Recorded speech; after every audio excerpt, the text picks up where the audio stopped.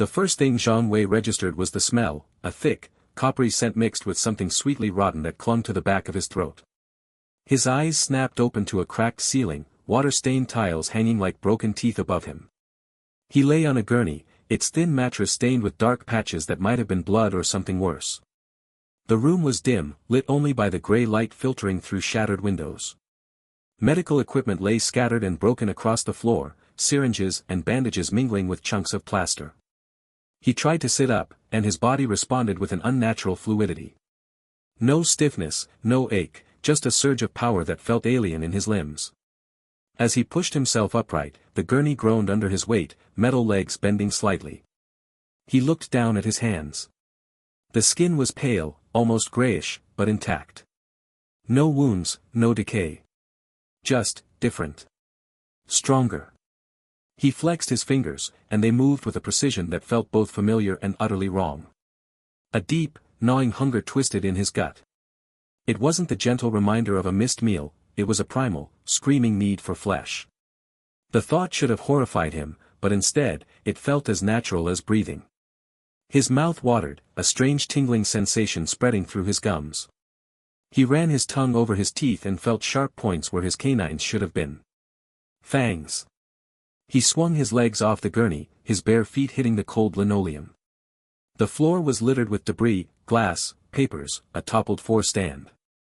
He stepped forward, and the tile cracked under his heel. Not just strong, unnaturally strong. He tested it, pressing down harder, and watched as the linoleum split in a web of fractures. A slow, experimental punch into the wall beside him left a crater in the plaster, dust puffing into the air. He stared at his unmarked knuckles. No pain, no bruising. Just raw power. A sound from the hallway made him freeze. Footsteps, slow, shuffling, accompanied by a low groan. Zhang Wei moved to the doorway, his movements silent and predatory. The hospital corridor stretched into shadows, lit by emergency exit signs that cast a sickly red glow. At the far end, a figure stumbled into view. A man in torn scrubs, one arm hanging limp, his face gaunt and eyes glazed. A survivor, or what was left of one. The hunger surged again, a tidal wave of instinct. Zhang Wei didn't think, he acted. He lunged forward, covering the distance in a blur of motion that felt both effortless and terrifying. The man barely had time to gasp before Zhang Wei was upon him. His hands, those strong, pale hands, gripped the man's shoulders, pinning him against the wall. The man struggled, weak and desperate, but Zhang Wei's hold was iron. Then the bite. It happened almost without conscious decision. Zhang Wei's head dipped, his new fangs sinking into the man's neck. The taste was metallic and rich, flooding his mouth with warmth. The man went rigid, a choked cry escaping his lips before he slumped, unconscious or dead, Zhang Wei couldn't tell. He pulled back, blood dripping from his chin. The hunger eased, replaced by a strange, buzzing satisfaction.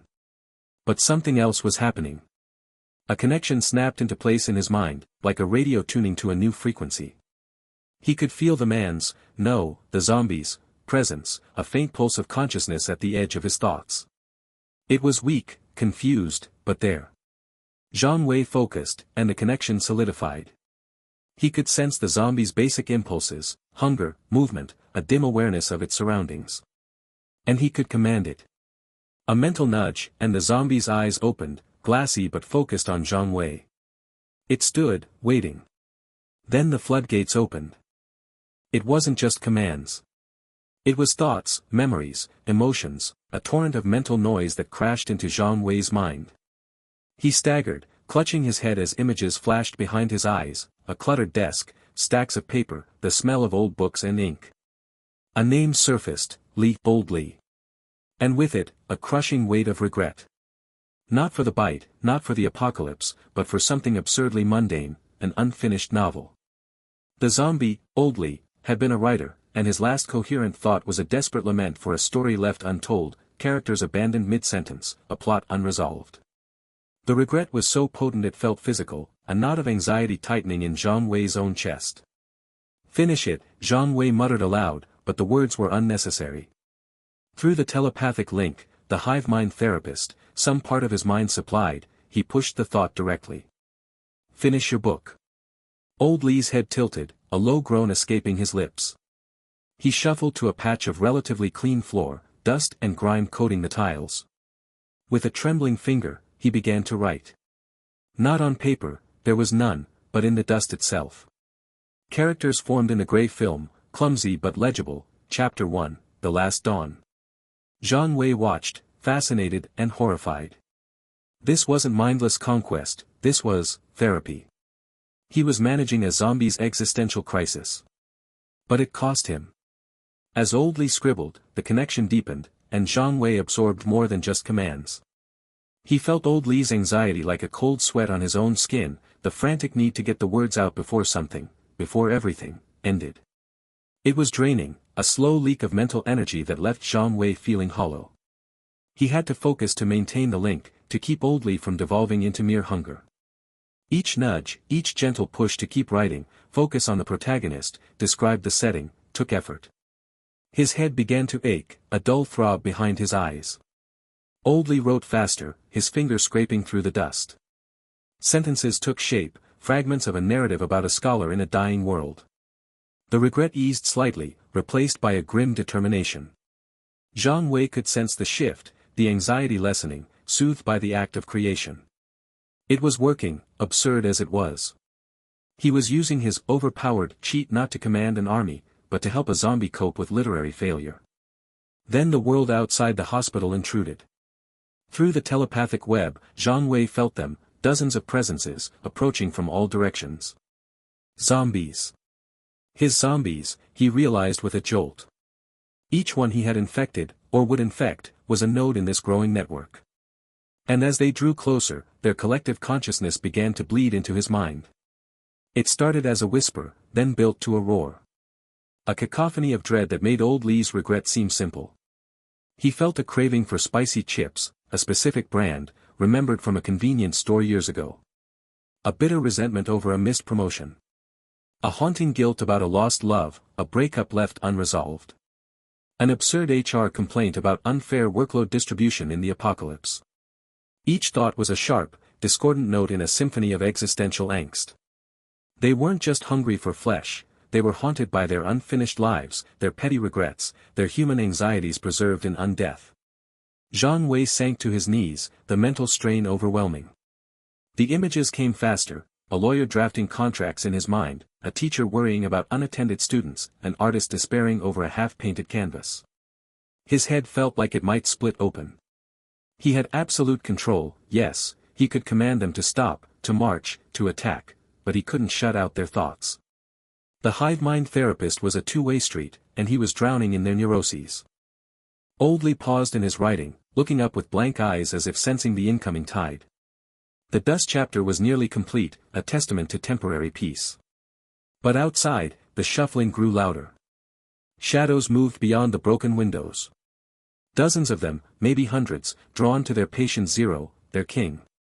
And with them came the full weight of their collective consciousness, a tsunami of regret, anxiety, and absurd longing that promised nothing would ever be simple again. Zhang Wei stared at his hands, still strong, still capable of crushing skulls and leading a horde to conquer the world. But that wasn't what awaited him. He was the king of angst, the therapist to the undead, and his overpowered life had just become a nightmare of other people's problems. Zhang Wei stood in the center of the hospital's ruined courtyard, the morning sun casting long shadows through the skeletal remains of what had once been a garden. Around him, the horde had grown to nearly 30 zombies, all shuffling aimlessly or standing frozen in place. But their stillness was deceptive. Inside Zhang Wei's mind, a storm raged. He could feel them all, each connection like a frayed wire sparking with anxiety. The collective consciousness wasn't just noise, it was a symphony of regret, each note sharper than the last. To his left, a zombie in a stained chef's uniform kept touching his empty belt where a knife should have hung, the memory of a favorite cleaver projecting with such intensity that Zhang Wei could almost feel the weight of it in his own hand. The chef's thoughts were simple but obsessive. My knife. The one with the cherry wood handle. I left it on the counter. Next to the chef, a younger zombie in tattered student clothes rocked back and forth, his mind a whirlwind of numbers and deadlines. 63,000 yuan in student loans. Mother said I should have studied engineering. The interest compounds monthly. The thought came with a physical sensation, a tightness in Zhang Wei's chest that wasn't his own. And they kept coming. A grandmotherly zombie missing her knitting needles. A construction worker zombie fixated on an unfinished balcony railing. A musician zombie whose fingers twitched in patterns that once played a violin now lost to the apocalypse. Enough, Zhang Wei thought, but the word was swallowed by the tide. He raised his hands, the gesture meaningless to the zombies who couldn't see it, but he pushed with his mind instead. Through the Hivemind Therapist connection, he broadcast a single command, calm. It wasn't a shout but a wave, spreading outward from his consciousness like ripples in a pond. The effect was immediate but costly. Zhang Wei felt a sharp pain behind his eyes, as if someone had driven a spike through his temple. His rapid regeneration ability worked on his body, but this was mental strain, a different kind of exhaustion that left him swaying on his feet. The zombies stopped shuffling. Their heads turned toward him in unison, 30 pairs of milky eyes fixed on nothing and everything at once. The cacophony in his mind didn't silence, but it quieted to a murmur, like distant radio static. Now, Zhang Wei projected, shaping the thought carefully, conserving his energy. Form a circle. They moved with eerie coordination, their movements jerky but purposeful. Within minutes, they stood in a rough ring around him, their faces expressionless but their minds still buzzing with unresolved business. Zhang Wei took a deep breath, a habit from his human life that felt strange in his new body.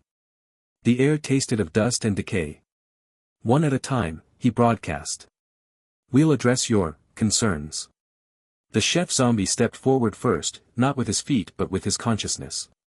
The connection strengthened, and Zhang Wei saw flashes of memory, a small kitchen with steam rising from pots, the gleam of a well-maintained blade, the satisfaction of a perfect dice. Then the loss, the empty space on the magnetic strip where the knife should have been. Where did you leave it? Zhang Wei asked through the telepathic link. Apartment 4B, came the reply, accompanied by a mental image of a building 2 blocks away. 3rd floor. Blue door. Zhang Wei considered. He could send the chef alone, but the zombie might get distracted or wander off. Better to assign a small group. He selected 3 other zombies whose anxieties were less urgent, a librarian missing her glasses, a barber mourning his scissors, and the student still worrying about loans. You 4, Zhang Wei commanded, pointing at each in turn. Go to the apartment building. Find the knife. Bring it back. He pushed the mental image of the building and the specific apartment into their minds.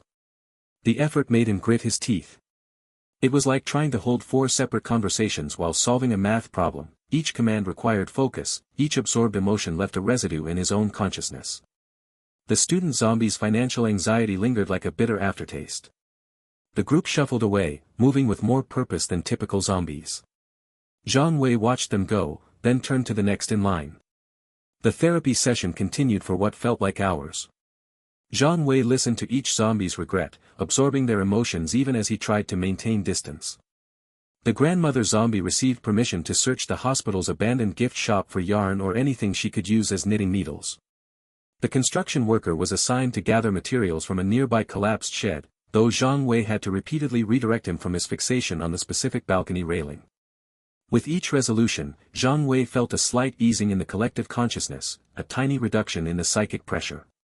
But the cost was mounting. Sweat beaded on his forehead despite his body's unnatural coolness. His thoughts began to fray at the edges, the boundaries between his own mind and the hive mind blurring.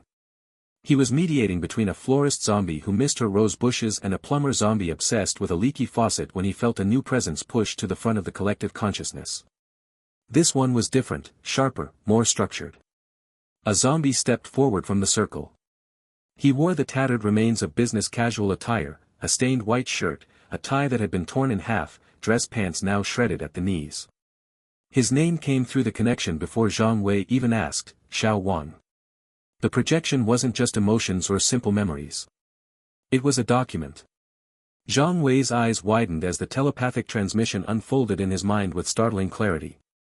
It began with a header, HR complaint regarding workplace conditions.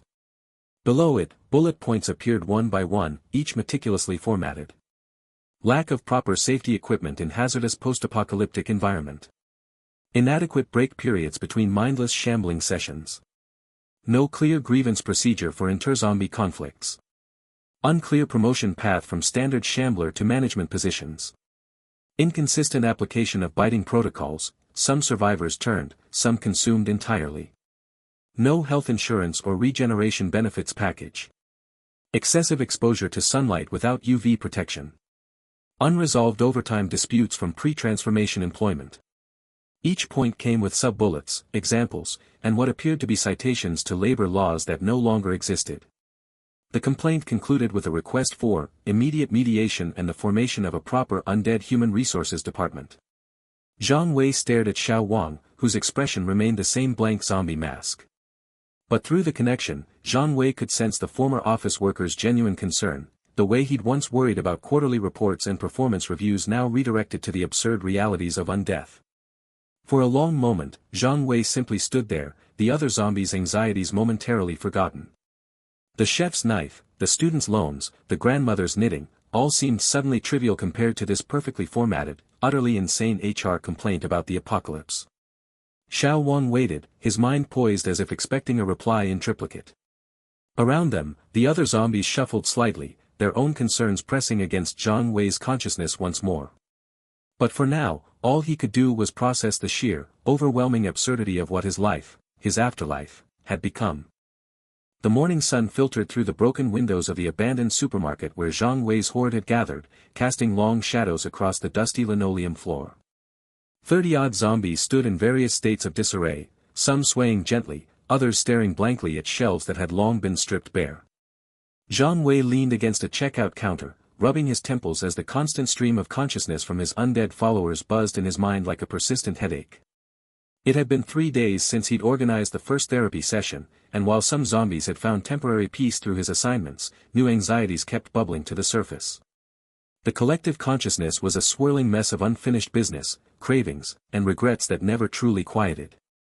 Zhang Wei's rapid regeneration kept his body functioning, but the mental strain of being the horde's emotional sponge was wearing him down in ways physical exhaustion never could. Just as he was considering whether to attempt another group session, a new voice cut through the mental chatter with startling clarity. It wasn't words so much as a sensory bombardment, the sharp, tangy scent of chili powder, the satisfying crunch of fried potato, the lingering burn on the tongue that demanded another handful. The craving was so specific, so obsessive, that it nearly knocked Zhang Wei off his feet. He focused his telepathic awareness, tracing the source to a zombie standing near the snack aisle. The man, or what remained of him, wore tattered jeans and a faded band t-shirt, his skin pale with the grayish hue common to the undead. But his eyes, usually glassy and unfocused, held a desperate intensity as they scanned the empty shelves where chips had once been displayed. Zhang Wei pushed through the mental connection. "What do you want?" The response came in a flood of sensory memory: Friday nights with friends, watching sports with a bowl of spicy chips, the particular brand with the red dragon logo that had been his favorite for years. The craving wasn't just hunger, it was nostalgia, a connection to a life that had ended abruptly when the world collapsed. "They're gone," Zhang Wei thought back, trying to project calm. "The factories stopped producing months ago." A wave of despair washed through the connection, followed by a stubborn determination. The zombie, Spicy Fan, as Zhang Wei mentally labeled him, turned and began shuffling toward the supermarket's shattered front entrance. His thoughts were a single-minded directive: find the chips. Find them now. "Stop," Zhang Wei commanded, exerting his telepathic control. Spicy Fan hesitated, his body trembling with conflicting impulses. The craving versus the absolute command from patient zero. Zhang Wei felt the strain immediately. Maintaining control while processing the zombie's emotional turmoil was like trying to hold back a river with his bare hands. "You'll get yourself killed wandering alone," Zhang Wei projected, scanning the area through their shared connection. The streets outside were littered with debris and potential dangers, not to mention human patrols that had become more frequent in recent days. But Spicy Fan's craving only intensified, becoming a psychic scream that echoed through the hive mind. Other zombies began to stir, their own anxieties triggered by the emotional outburst. Old Li, who had been quietly scratching novel notes in the dust with a broken pen, looked up with concern. Xiao Wang, ever the bureaucrat even in Undeath, projected a mental memo about the risks of unauthorized solo missions. Zhang Wei took a deep breath, though he didn't need oxygen anymore. The habit remained from his human life. "Fine," he thought, directing the message to the entire horde. We'll search together.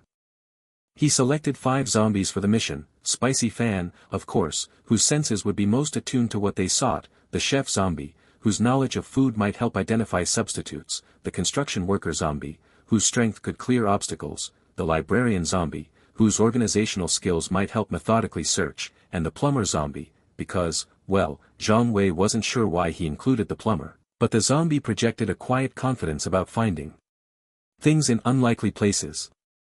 Through the Hivemind Therapist cheat, Zhang Wei established a tighter telepathic link with the search party.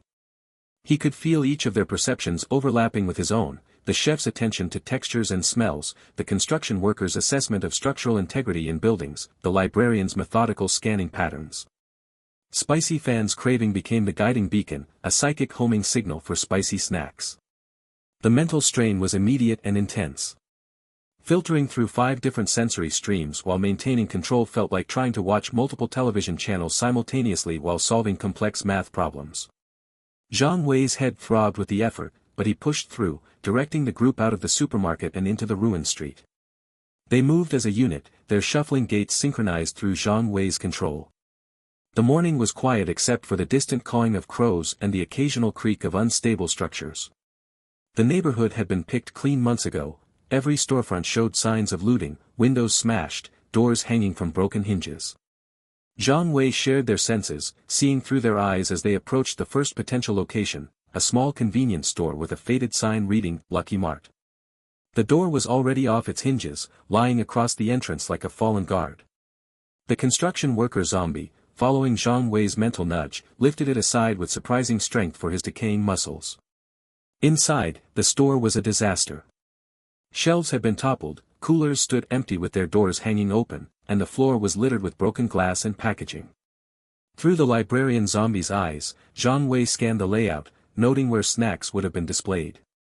Through Spicy Fan's senses, he caught the faintest ghost of chili powder in the air, buried under the sense of mildew and decay. Search methodically, Zhang Wei projected, directing the librarian zombie to take the lead. The undead librarian moved with unusual precision for a zombie, his head tilting as he mentally catalogued sections. The chef zombie sniffed the air, his ruined nose twitching as he tried to isolate food smells from the general rot. The plumber zombie surprised Zhang Wei by crawling behind the counter and checking compartments that others might have missed. Nothing. The shelves were bare, the storage room empty except for rodent droppings and a single, lonely can of beans that had rolled into a corner. Spicy Fan's disappointment washed through the connection, a wave of psychic sorrow that made Zhang Wei's chest ache with sympathy. The craving intensified, becoming almost painful in its urgency. Next location, Zhang Wei commanded, pushing them onward. They checked 3 more stores over the next hour, each more thoroughly looted than the last. Zhang Wei's mental energy was draining rapidly, maintaining the precise control needed for a coordinated search while processing their emotional states was exponentially more taxing than the group therapy sessions. He could feel his connection wavering, the telepathic bonds thinning like overstretched rubber bands. At the 4th location, a slightly larger grocery store on the edge of the commercial district, they found signs of more recent activity. Footprints in the dust, a still intact window at the back, and through Spicy Fan's senses, the unmistakable, tantalizing scent of spices. There, Zhang Wei directed, focusing all their attention on the aroma. The construction worker zombie cleared a path through fallen ceiling tiles, his powerful arms making quick work of the debris. The chef zombie led the way, his food knowledge helping interpret the scent trail. It led them to a collapsed section of shelving near what had once been the snack aisle. Beneath the metal framework and scattered dry goods, something crinkled. The sound was faint, but to Spicy Fan's heightened senses, it was as loud as thunder. His excitement surged through the hive mind, a burst of psychic energy that nearly broke Zhang Wei's concentration. All 5 zombies began digging at once, their movements growing frantic despite Zhang Wei's attempts to maintain order. Carefully, he projected, but the craving had taken over, becoming a shared obsession among the search party. Finally, the plumber zombie's gnarled fingers closed on something. He pulled it from the wreckage, a single, partially crushed bag of chips. The packaging was torn, and about 1/3 of the contents had spilled out, mixing with dust and debris. But the Red Dragon logo was unmistakable, and through their shared senses, Zhang Wei could almost taste the spices. Spicy Fan reached for the bag with trembling hands. His craving had reached a fever pitch, a psychic scream that echoed through Zhang Wei's mind. But Zhang Wei held him back for a moment, examining the find through their combined perceptions. The chips were stale, probably months old. Some were broken beyond recognition. Dust coated the remaining contents. But to Spicy Fan, they might as well have been a gourmet feast prepared by a 5-star chef. Enjoy, Zhang Wei finally projected, releasing his control over Spicy Fan's actions. The zombie didn't need further encouragement. He took the bag with reverence usually reserved for religious artifacts, his decaying fingers carefully extracting a single chip. He held it up to the light filtering through a hole in the ceiling, examining it as if it were a precious gem. Then, with a slow, deliberate motion, he placed it in his mouth. The crunch was audible in the quiet store. Spicy Fan's eyes closed, and a wave of pure, unadulterated bliss washed through the telepathic connection. It was so intense, so profoundly satisfying, that for a moment, Zhang Wei forgot he was an undead overlord managing a horde of neurotic zombies. He was simply sharing in a moment of perfect contentment. The other zombies in the search party projected their own satisfaction, the chef zombie appreciating the successful retrieval of a requested food item, the librarian zombie pleased with the methodological success of their search, the construction worker zombie proud of his contribution, the plumber zombie, well, the plumber zombie seemed mostly interested in whether there were any pipes nearby that needed fixing, but he projected a general sense of a job well done. Spicy Fan continued to eat slowly, savoring each bite despite his diminished sense of taste. The craving that had been a constant psychic pressure in Zhang Wei's mind began to ease, replaced by a warm, nostalgic contentment. Memories surfaced, watching football with college friends, late-night study sessions fueled by junk food, simpler times before the world ended. Zhang Wei allowed himself a moment of relief. The mental strain lessened as Spicy Fan's anxiety resolved. For the first time in hours, the constant buzz of the hive mind quieted to a manageable hum. He leaned against a nearby shelf, watching through their shared connection as Spicy Fan finished the last of the salvageable chips, licking the seasoning dust from his fingers with a satisfaction that bordered on spiritual. That's when he felt it, a new presence at the edge of his telepathic awareness. Not zombie. Human. Zhang Wei snapped to full alertness, his connection with the search party tightening. Through their combined senses, he scanned their surroundings. The construction worker zombie, positioned near a window with a relatively clear view of the street, provided the first visual confirmation. For humans, moving cautiously through the ruins about 50 meters away. They wore mismatched armor and carried weapons, a rifle, a shotgun, 2 handguns.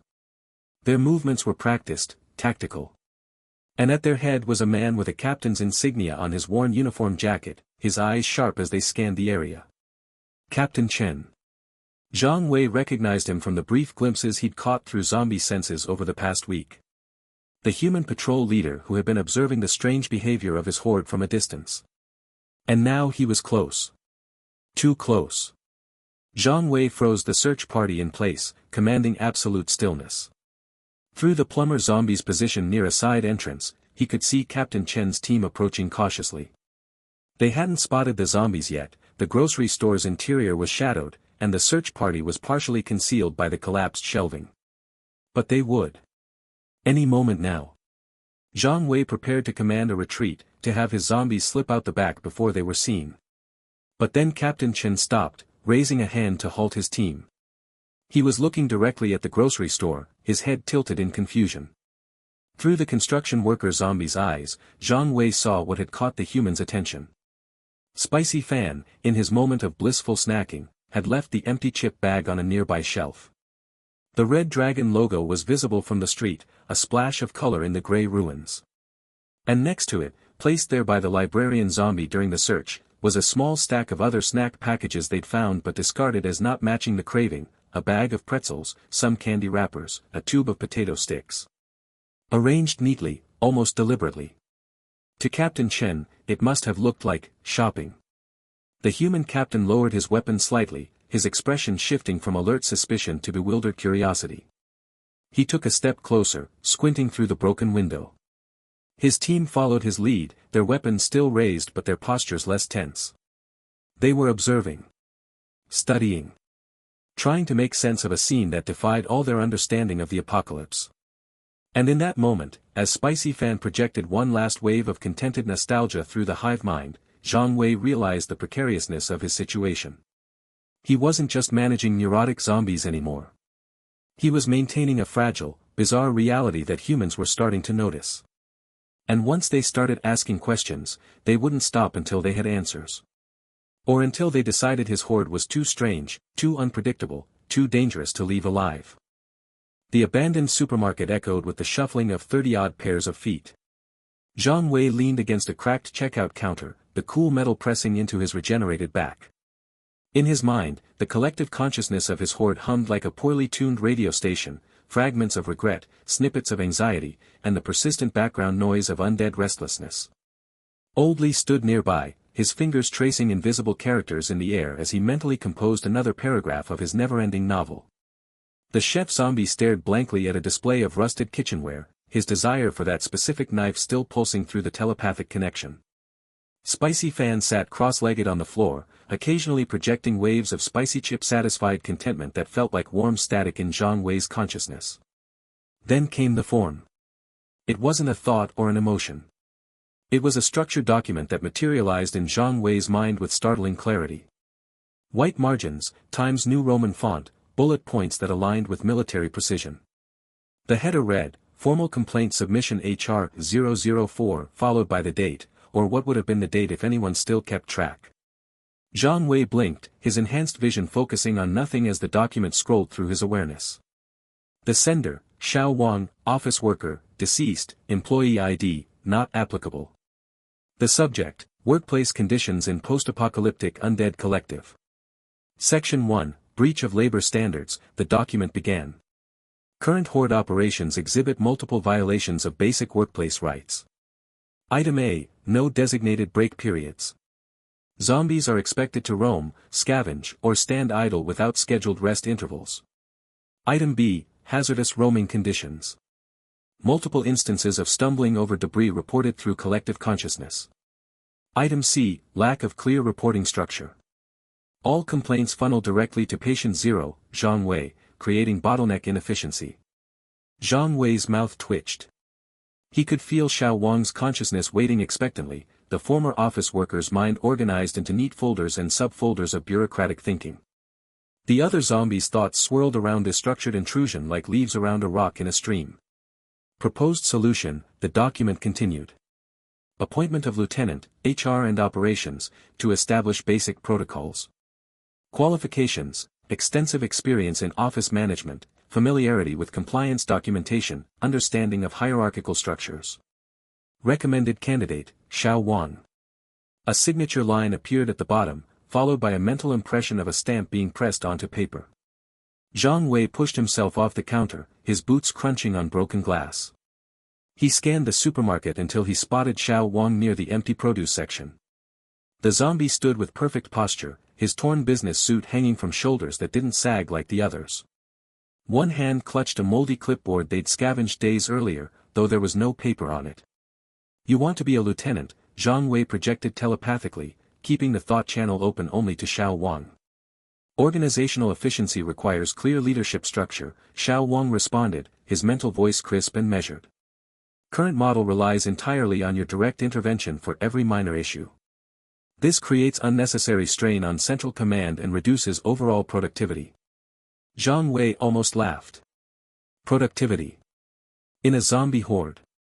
He rubbed his temples where a dull ache had taken up permanent residence. The Hivemind Therapist cheat buzzed in his consciousness, the mechanism that allowed this connection feeling like a muscle he'd been flexing for too long without rest. He could feel the other zombies' needs pressing against his mind. The grandmother zombie worrying about whether her grandchildren had survived the outbreak. The student zombie projecting equations he'd never finished solving. The barber zombie's longing for a pair of scissors that felt right in his hands. Each thought required attention, each anxiety demanded resolution, and Zhang Wei's mental energy drained like water through cracked fingers. What would you do as lieutenant? Zhang Wei asked, curiosity cutting through his exhaustion. Xiao Wang's response came as another document, Proposed Operational Framework version 1.2. It outlined shift rotations, patrol schedules, designated resting areas, and even a suggestion for skill-based task assignment where zombies with particular memories could be deployed to relevant scavenging missions. Implementation would require delegation of limited command authority, Xiao Wang added. You would maintain ultimate control through the Hivemind Therapist interface, but routine operations could be filtered through my position, reducing cognitive load by approximately 37% based on current activity patterns. Zhang Wei stared at the zombie. The absurdity of it all should have been overwhelming, a former office worker turned undead bureaucrat offering to manage a horde of neurotic zombies. But the ache in his head was real.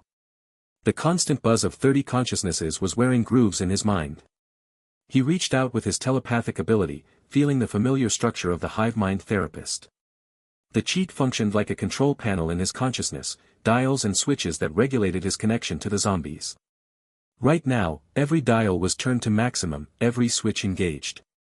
He could feel the strain in the metaphysical equivalent of aching joints. Limited authority, Zhang Wei agreed, his mental voice tired but clear. You can organize shifts and patrols.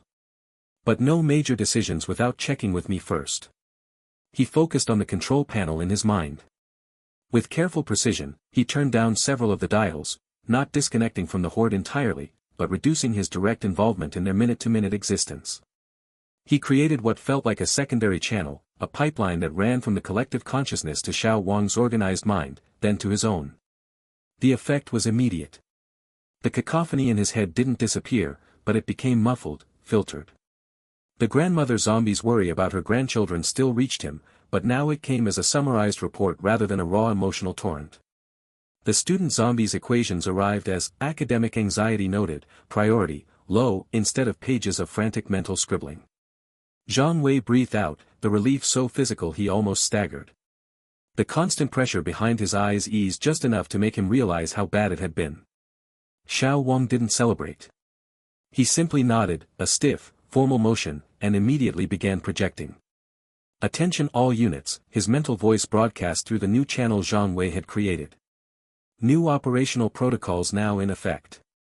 Please form 2 lines for shift assignment. For a moment, nothing happened. The zombies continued their aimless shuffling, their consciousnesses bumping against the new structure like fish against glass. Then Zhang Wei pushed. Using the Hivemind Therapist, he amplified Xiao Wang's command, adding the weight of his own authority to it. Listen to him, he projected to the entire horde. The change was gradual but unmistakable. The zombies began to move with more purpose. They didn't form perfect lines, this was still a zombie horde, but they organized into rough groupings. Oldly paused his mental writing and shuffled over. The chef zombie turned from the kitchenware display. Even Spicy Fan stood up, brushing chipped dust from his tattered pants. Xiao Wang moved among them, his clipboard held like a scepter.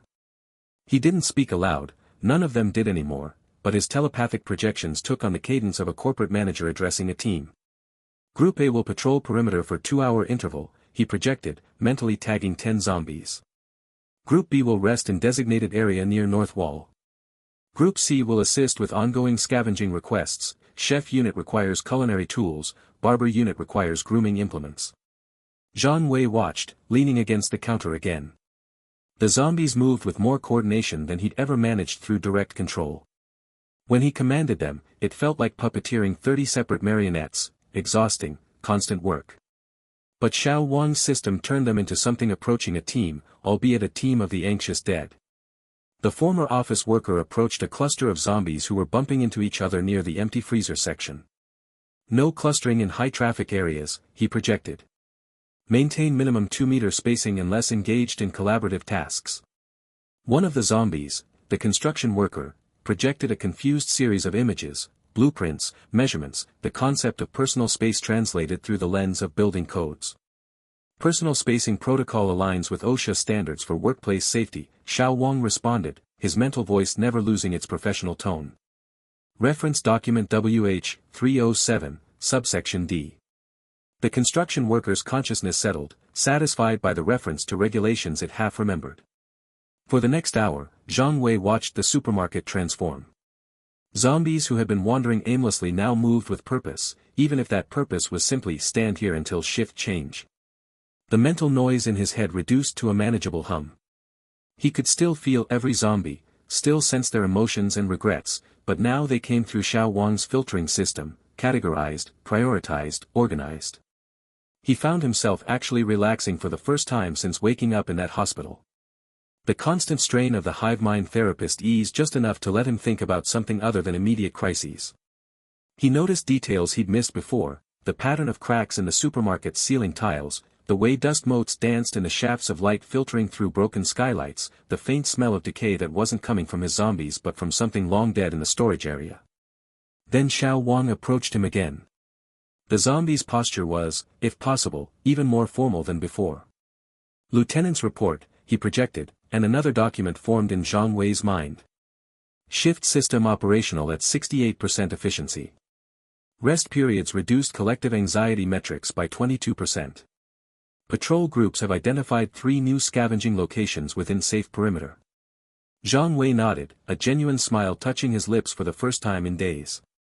Good work, Lieutenant. The words felt absurd coming from a patient zero zombie lord to his undead HR manager, but they also felt right.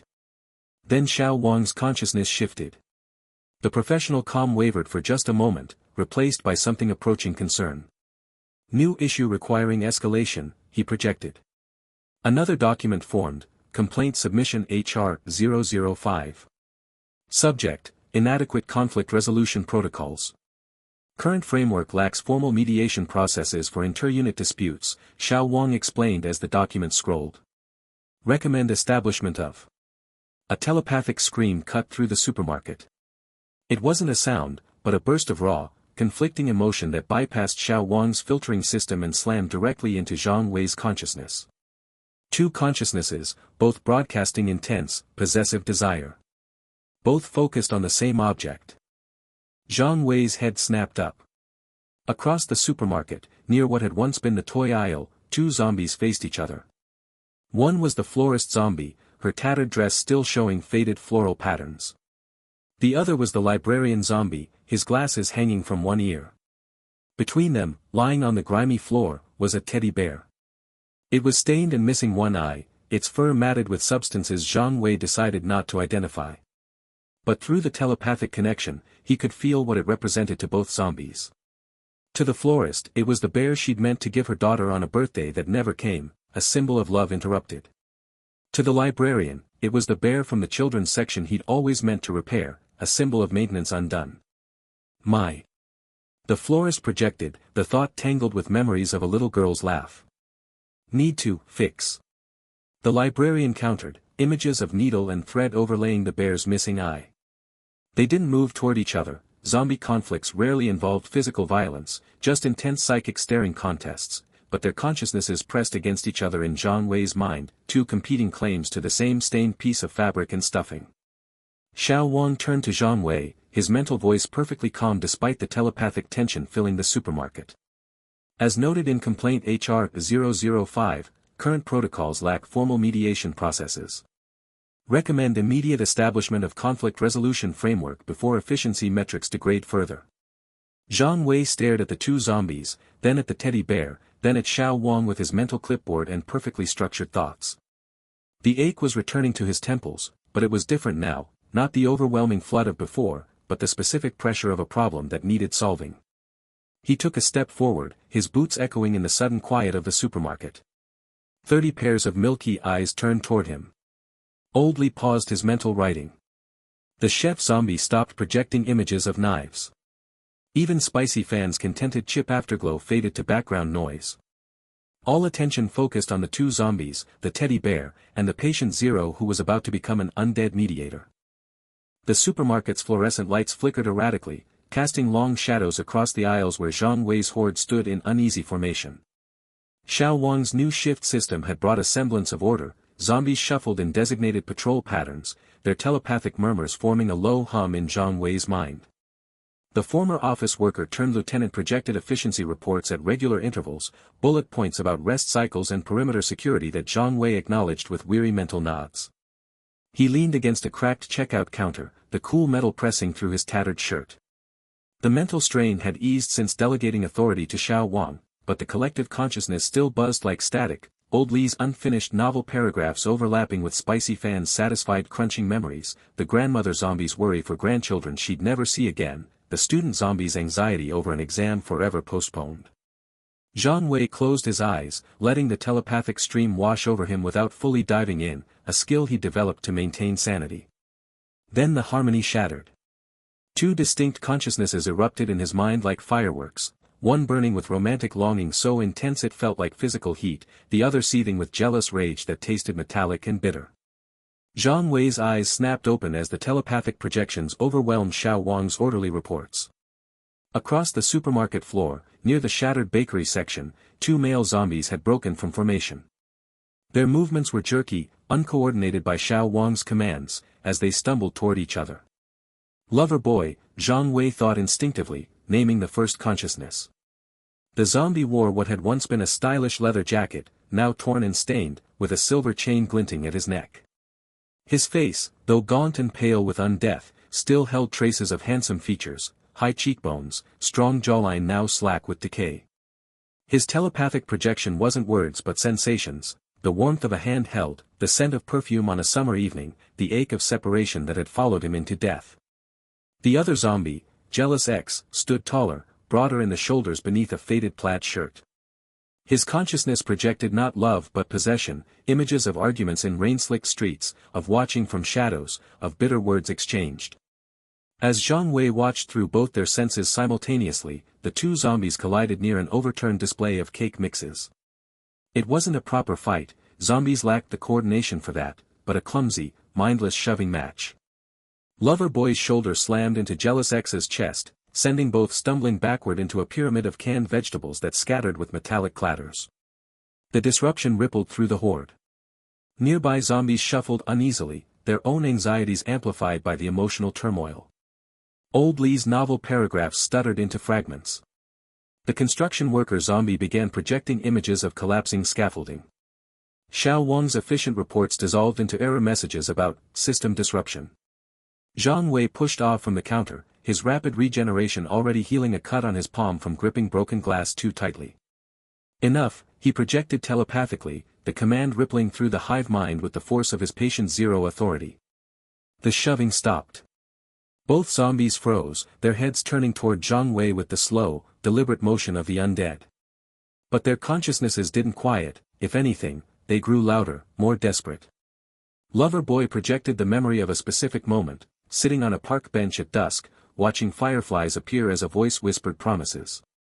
Jealous X countered with the memory of finding a love letter, the paper crisp and folded, the words blurring through angry tears. Zhang Wei approached them, his footsteps echoing in the cavernous space. The supermarket smelled of decay and dust, with undertones of spoiled dairy from the long-defunct refrigerators. Moonlight streamed through broken skylights, illuminating motes of dust that danced in the air like forgotten memories. He stopped an arm's length from the two zombies, close enough to see the details he usually avoided, the grayish pallor of their skin, the way their eyes held a film over what should have been whites, the slight tremor in their hands that had nothing to do with nervousness and everything to do with cellular decay. "Show me," Zhang Wei projected, not as a command but as an invitation. He opened himself fully to the Hivemind Therapist cheat, dropping all mental barriers. The supermarket dissolved around him. Asterisk asterisk asterisk. Zhang Wei stood in a rain-soaked alley, watching through Loverboy's eyes, no, through the eyes of the man Loverboy had been. His name was Ming, and he held an umbrella over a woman with laughter like wind chimes. Her face was blurred at the edges, preserved imperfectly in memory, but her smile was crystalline. They were arguing, but lovingly, about which noodle shop to visit, about whether to see a movie or walk in the rain. Ming reached for her hand, and she pulled away playfully, splashing through a puddle that reflected neon signs from the street beyond. The memory shifted, not smoothly like a film edit but jarringly, as memories do. Now Zhang Wei stood on a bridge overlooking a river, the water dark and swift below. Through Jealous X's consciousness, the man who had been called Kai, he watched Ming and the woman from a distance. Kai's hands clenched the railing, the cold metal biting into his palms. He remembered meeting her first, remembered introducing her to Ming as a friend, remembered watching something kindle between them that left him standing outside in the cold. The jealousy wasn't about possession, Zhang Wei realized as he absorbed the emotional texture, it was about being left behind, about watching a future he'd imagined for himself given to someone else. More fragments, a birthday party where Kai drank too much and said things he regretted. A text message left unanswered. A final confrontation in a coffee shop where steam rose from cups and words fell like stones. Then the outbreak, chaos in the streets, people running, the bite that came not from a stranger but from a neighbor turned feral. The transformation into undeath, the hunger, the confusion, and then, preserved through it all, these memories, these regrets, polished smooth by constant replay in a mind that could no longer form new ones. Zhang Wei surfaced from the memories gasping, back in the supermarket. His knees buckled, and he caught himself on a shopping cart, its wheels squeaking in protest. The emotional strain was physical, a tightness in his chest, a throbbing behind his eyes that even rapid regeneration couldn't immediately soothe. He'd absorbed not just the memories but the emotional weight, Ming's longing that had become an anchor dragging him through undeath, Kai's jealousy that had curdled into something toxic and persistent. The two zombies stared at him, their consciousnesses momentarily quiet, waiting. Around them, the horde had stilled. Even Xiao Wang's reports had paused. 30 pairs of milky eyes watched Zhang Wei, their collective attention a pressure against his mind. He straightened, pushing through the emotional residue. You loved the same woman, he projected, weaving the thought through the hive mind so all could sense it.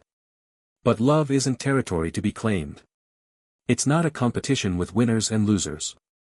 Zhang Wei reached deeper into the Hivemind Therapist, not for memories this time but for something more fundamental. He found the core of each regret, Ming's belief that he'd failed by not fighting harder for the relationship, Kai's conviction that he'd lost something that was rightfully his.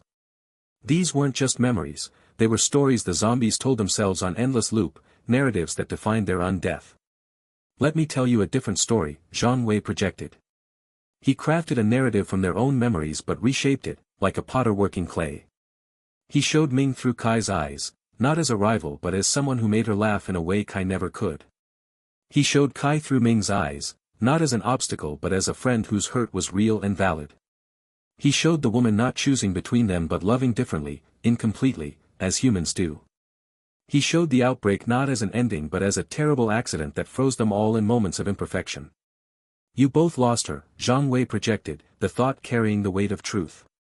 Not to each other. To time. To circumstance. To a virus that doesn't care about human hearts. The emotional cost was staggering. Zhang Wei felt tears tracking down his cheeks, not his own tears, but emotional runoff from the zombies, processed through his system. His rapid regeneration worked overtime, healing micro-tears in blood vessels from the psychic strain. He leaned heavily against the shopping cart, its metal groaning under his weight. But it was working.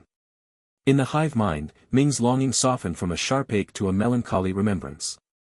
Kai's jealousy unraveled, the tight knot of resentment loosening strand by strand.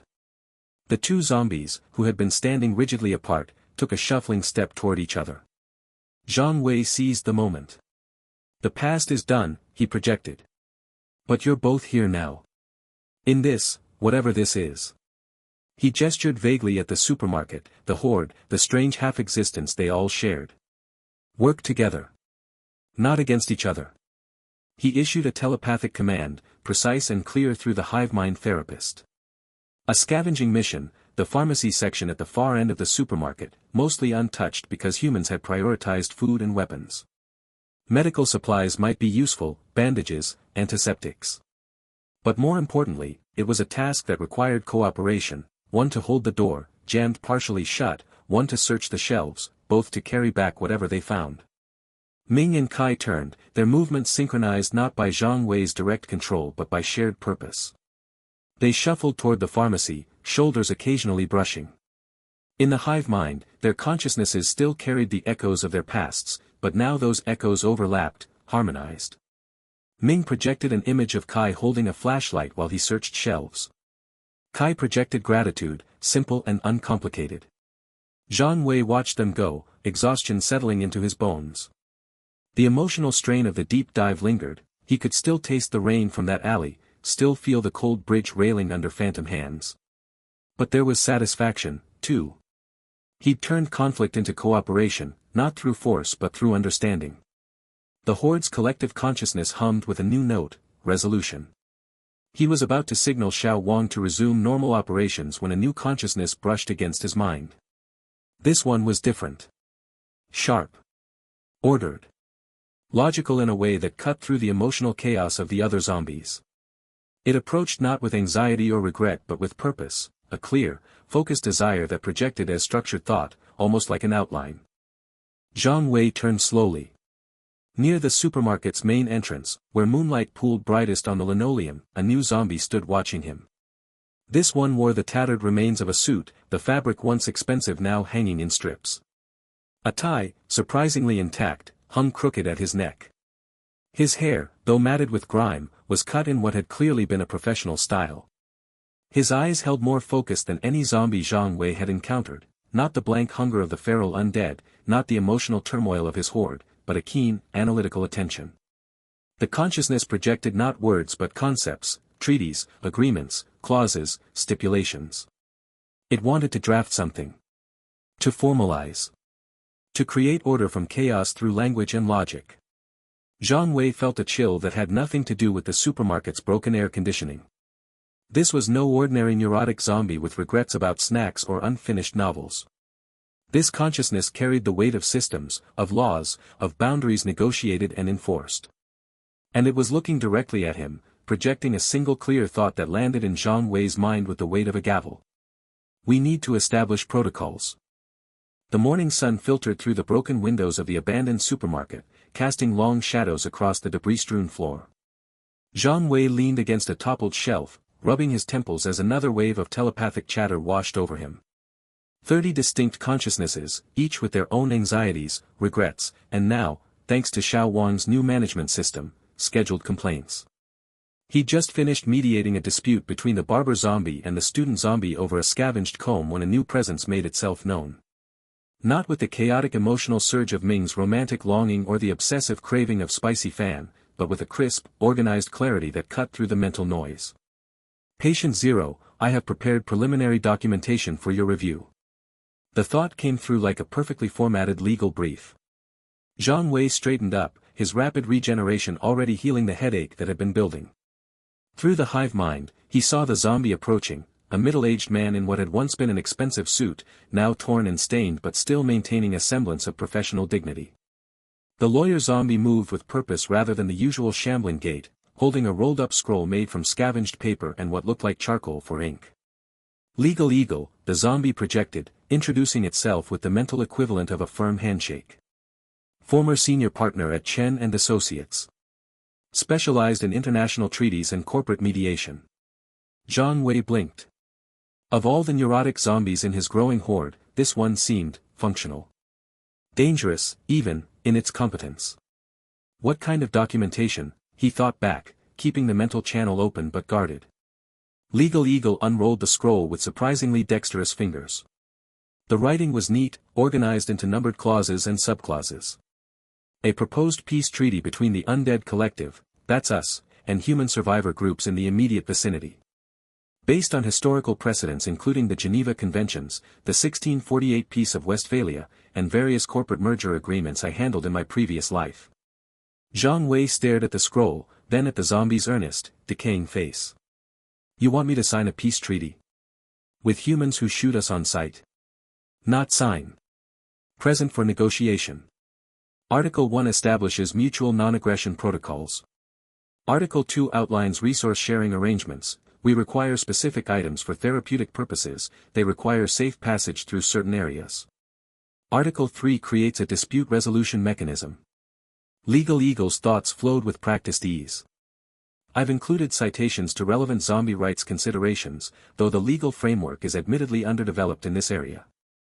A part of Zhang Wei wanted to laugh. Another part, the part that was tired of constantly managing crises, of feeling Captain Chen's patrols getting closer, of the endless emotional drain from the Hivemind Therapist, leaned forward. Show me. For the next hour, Zhang Wei did something he hadn't done since becoming Patient 0, he collaborated. Using the Hivemind Therapist cheat, he didn't just absorb Legal Eagle's consciousness, he engaged with it. He felt the zombie's sharp, logical mind working through problems, weighing precedents, anticipating counterarguments. It was like having a living, well, undead, legal database at his disposal. But the cost was immediate.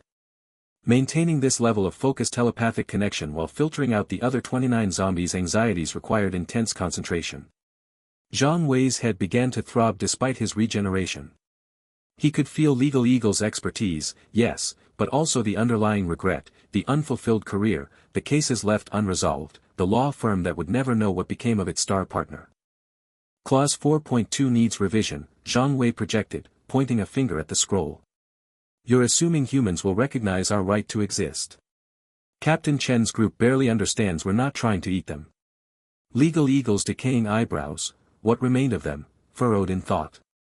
Valid point. We could add a preamble establishing our consciousness as demonstrated through observable behaviors. The snack retrieval incident from 3 days ago could serve as Exhibit A. They worked through the document line by line. Zhang Wei found himself drawing on memories from his own past life, fragments of history classes, news articles about conflicts, even video game diplomacy mechanics. Legal Eagle incorporated each suggestion with professional efficiency, rewriting clauses in clearer language, adding footnotes, creating contingency plans. At one point, Xiao Wang telepathically submitted a complaint about the disruption to the patrol schedule. Zhang Wei almost snapped back before Legal Eagle smoothly projected, "Lieutenant, please note that strategic treaty development falls under executive priority override per the provisional hierarchy established yesterday. I'll document the time allocation for your records." Xiao Wang's mental signature retreated, momentarily satisfied. Zhang Wei stared at the lawyer zombie. "You just handled an HR complaint. Conflict prevention is 90% of good lawyering," Legal Eagle thought back. Now, about Article 7's enforcement mechanisms. By midday, they had a document. Not perfect, not guaranteed to work, but coherent. 6 pages of carefully reasoned arguments for peaceful coexistence, complete with proposed confidence-building measures. Zombies would avoid certain areas during daylight, humans would leave specific supplies in designated locations, and a framework for future negotiations. Zhang Wei rolled the finished scroll, his fingers trembling slightly from the mental strain. The Hivemind Therapist cheat was designed for emotional management, not complex legal drafting. He could feel the other zombies' consciousnesses pressing at the edges of his mind, the grandmother zombie worrying about her grandchildren, the plumber zombie fixated on a leaky pipe he'd never fixed, Spicy Fan already beginning to crave more chips. "We need to test this," Zhang Wei thought, his mental voice tired but determined. "Captain Chen's patrol has been circling closer. If we wait for them to stumble upon us during someone's existential crisis." He didn't need to finish the thought. Legal Eagle nodded, a surprisingly human gesture. "I recommend a controlled presentation.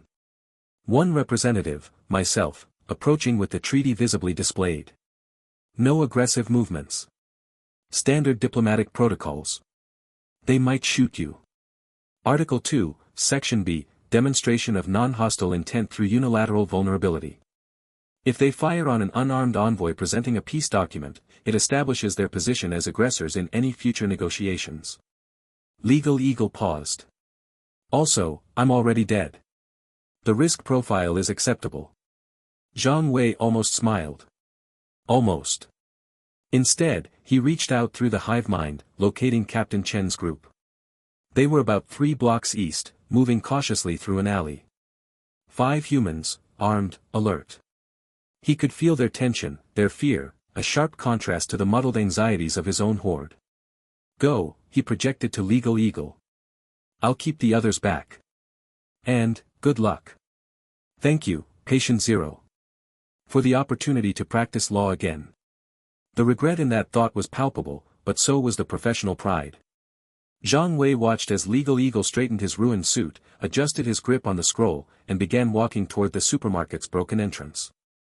The other zombies, sensing their leader's focus, fell into an unusual quiet. Even Xiao Wang stopped projecting complaints. Through shared senses, Zhang Wei experienced the journey. The crunch of glass underfoot. The smell of decay that was now just background noise. The way Legal Eagle held the scroll aloft as he emerged into the sunlight, making sure it was visible from a distance. 3 blocks. 2.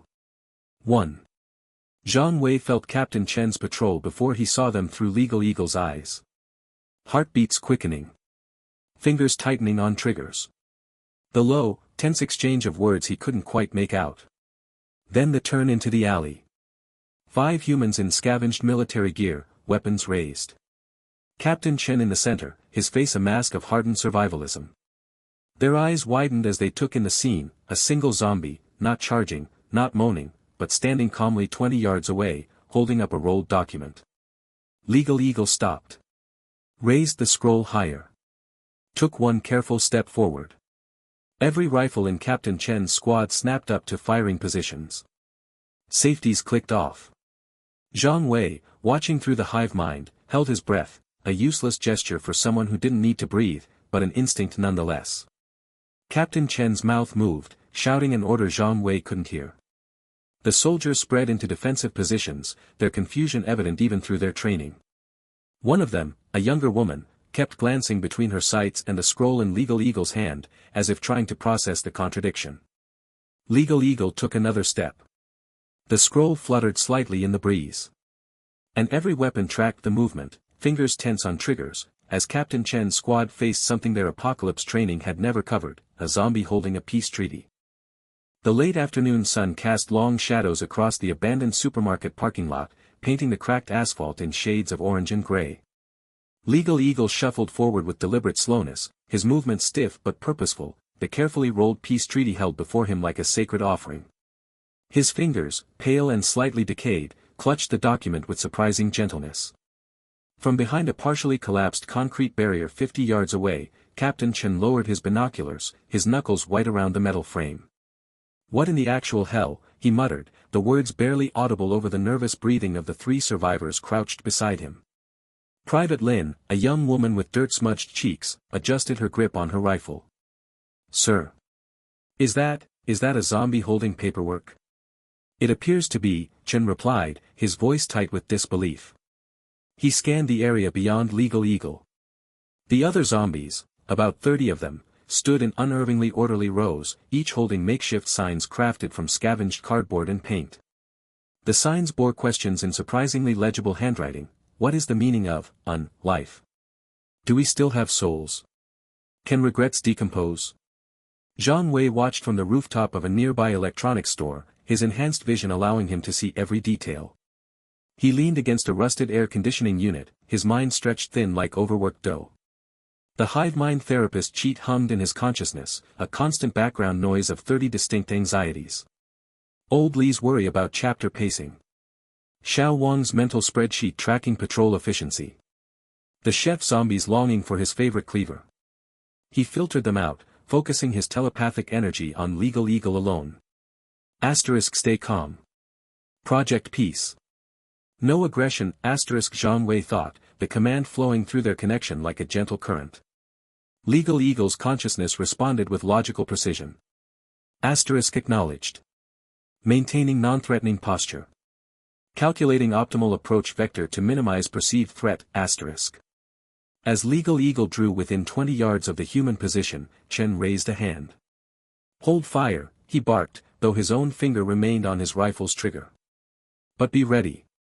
Zhang Wei felt the human's emotions wash over him through his connection to Legal Eagle, a turbulent mix of fear, confusion, and desperate hope. Captain Chen's mind was a fortress of military discipline cracking under cognitive dissonance. Private Lin's thoughts raced with childhood stories of monsters that didn't match what she was seeing. The other 2 survivors, an older man named Lao Zhang and a teenager called Xiao Mei, projected pure terror. Absorbing these foreign emotions cost Zhang Wei. A headache blossomed behind his eyes, sharp and insistent. His rapid regeneration ability worked to repair the cellular strain, but it couldn't touch the mental exhaustion. He breathed slowly, forcing himself to maintain the connection. Legal Eagle stopped 15 yards from the barrier. Slowly, with exaggerated movements to avoid startling the humans, he unrolled the treaty. The document, written on salvaged architect's paper with ink from a looted office supply store, fluttered slightly in the breeze. "My name is not relevant," Legal Eagle said aloud, his voice raspy but intelligible. "I represent the collective designated as Zhang Wei's horde. We propose terms for peaceful coexistence." Chen stared, his mind struggling to process a speaking zombie. You can talk. Verbal communication is inefficient compared to telepathic exchange, but adapted for your limitations," Legal Eagle replied. The treaty outlines territorial boundaries, resource-sharing protocols, and mutual non-aggression clauses. Article 3 specifies procedures for resolving disputes through mediated discussion rather than violence. Private Lin lowered her rifle an inch. "Sir, he's negotiating." "I can see that, Private," Chen said, his eyes never leaving Legal Eagle. "Why? Why wouldn't you just attack? You're zombies. That's what you do." Through their connection, Zhang Wei pushed a wave of intention, not words, but concepts, exhaustion with violence. Desire for purpose beyond hunger. Regrets that need resolving, Legal Eagle tilted his head slightly. "We have evolved beyond base instinct. Our primary concerns are existential rather than nutritional. The consumption of brains has been statistically insignificant for 47 days. Lao Zhang, the older survivor, whispered loudly enough for everyone to hear. "Captain, this is some kind of trick. They're luring us into a trap." "If this were a trap," Legal Eagle said, somehow managing to sound politely pedantic despite his undead state, "tactical analysis suggests we would have attacked during your patrol's water break 23 minutes ago, when defensive readiness was at 62% efficiency. Instead, we waited for optimal diplomatic conditions." Chen's military mind recognized the logic. He'd noted their vulnerability during that break too. "What do you want?" "Really?" "Clause 7 addresses that," Legal Eagle said, gesturing with the treaty. "We require access to certain cultural artifacts, books, musical instruments, art supplies. Psychological analysis suggests these items may help resolve unresolved issues from our previous lives. In exchange, we offer perimeter security and labor for reconstruction projects." Zhang Wei felt the connection straining. Maintaining Legal Eagle's precise communication while filtering the background noise of 30 other minds was like juggling knives while walking a tightrope. Sweat beaded on his forehead despite the cool air. His regeneration worked overtime, muscles twitching as they repaired microscopic tears from the mental strain. From his vantage point, he saw Xiao Wang organizing the other zombies with silent efficiency. The HR lieutenant had them rotating sign-holding duties to prevent arm fatigue, maintaining their philosophical protest in shifts. It was absurdly bureaucratic for the apocalypse, but it worked. Chen stepped out from behind the barrier, though he kept his rifle ready. "Let me see that treaty." Legal Eagle took 2 careful steps forward and extended the document. Chen took it with his left hand, his right still on his weapon. His eyes scanned the neatly written clauses, each phrased in precise legal terminology. Article 1 defined boundaries using pre-apocalypse street names. Article 2 established a joint scavenging schedule. Article 4 even had provisions for dispute resolution through mediated telepathic arbitration. "This is thorough," Chen admitted. "Who wrote this?" "I drafted the initial version," Legal Eagle said. "Refinements were made through collaborative mental effort with our coordinator, Zhang Wei. Total composition time, 4 hours, 17 minutes. Zhang Wei. That's your leader. Patient Zero and telepathic coordinator. He prefers the term therapist to leader." Chen looked from the treaty to the rows of zombies holding their philosophical signs. The florist zombie's sign asked, "Do flowers still bloom in abandoned gardens?" The librarians inquired, "Are unread books still literature?" "This is the craziest thing I've seen since the world ended," Chen muttered. Then, louder, "All right. Temporary truce. We'll talk. But my people stay armed, and your horde stays back there." Agreement achieved, Legal Eagle projected to Zhang Wei. Proceeding to Phase 2, detailed negotiation. Zhang Wei allowed himself a moment of relief. The headache receded slightly. He watched as Chen called his survivors forward, though they kept their weapons trained on Legal Eagle. The lawyer zombie began explaining Clause 5 about resource allocation percentages. Then Zhang Wei felt it, a new consciousness approaching from the west. Not one of his. Wild, hungry, and single-minded. A rogue zombie, probably from one of the feral hordes that still roamed the city outskirts. He tried to project a warning through Legal Eagle, but his mental energy was already stretched too thin. The connection flickered. Just as Chen was pointing to something in the treaty, asking about water purification rights, the rogue zombie burst from behind a wrecked delivery truck. It was a former construction worker by its tattered high-vis vest, one arm hanging at a wrong angle, its mouth gaping in mindless hunger. It charged straight for Xiao Mei, the teenage survivor. Contact! Chen shouted, swinging his rifle around. Legal Eagle moved with surprising speed for a zombie, placing himself between the rogue and the humans. This entity is not under our coordination, he rasped. But Chen wasn't listening. He fired 3 rounds into Legal Eagle's chest, the shots echoing across the parking lot. The lawyer zombie staggered backward, treaty falling from his hands. No! Zhang Wei shouted from the rooftop, the word tearing from his throat. All around the parking lot, his zombies dropped their philosophical signs and began shambling forward, their carefully maintained discipline shattered by the gunfire and the threat to one of their diplomatic assets. The fragile piece hung by a thread, unraveling faster than Zhang Wei could think to stop it. The rogue zombies' roar tore through the tense silence, a raw, guttural sound that seemed to vibrate in Zhang Wei's bones. It wasn't the familiar low moan of his own horde, this was something feral, untethered, a scream of pure rage that echoed off the broken storefronts lining the street.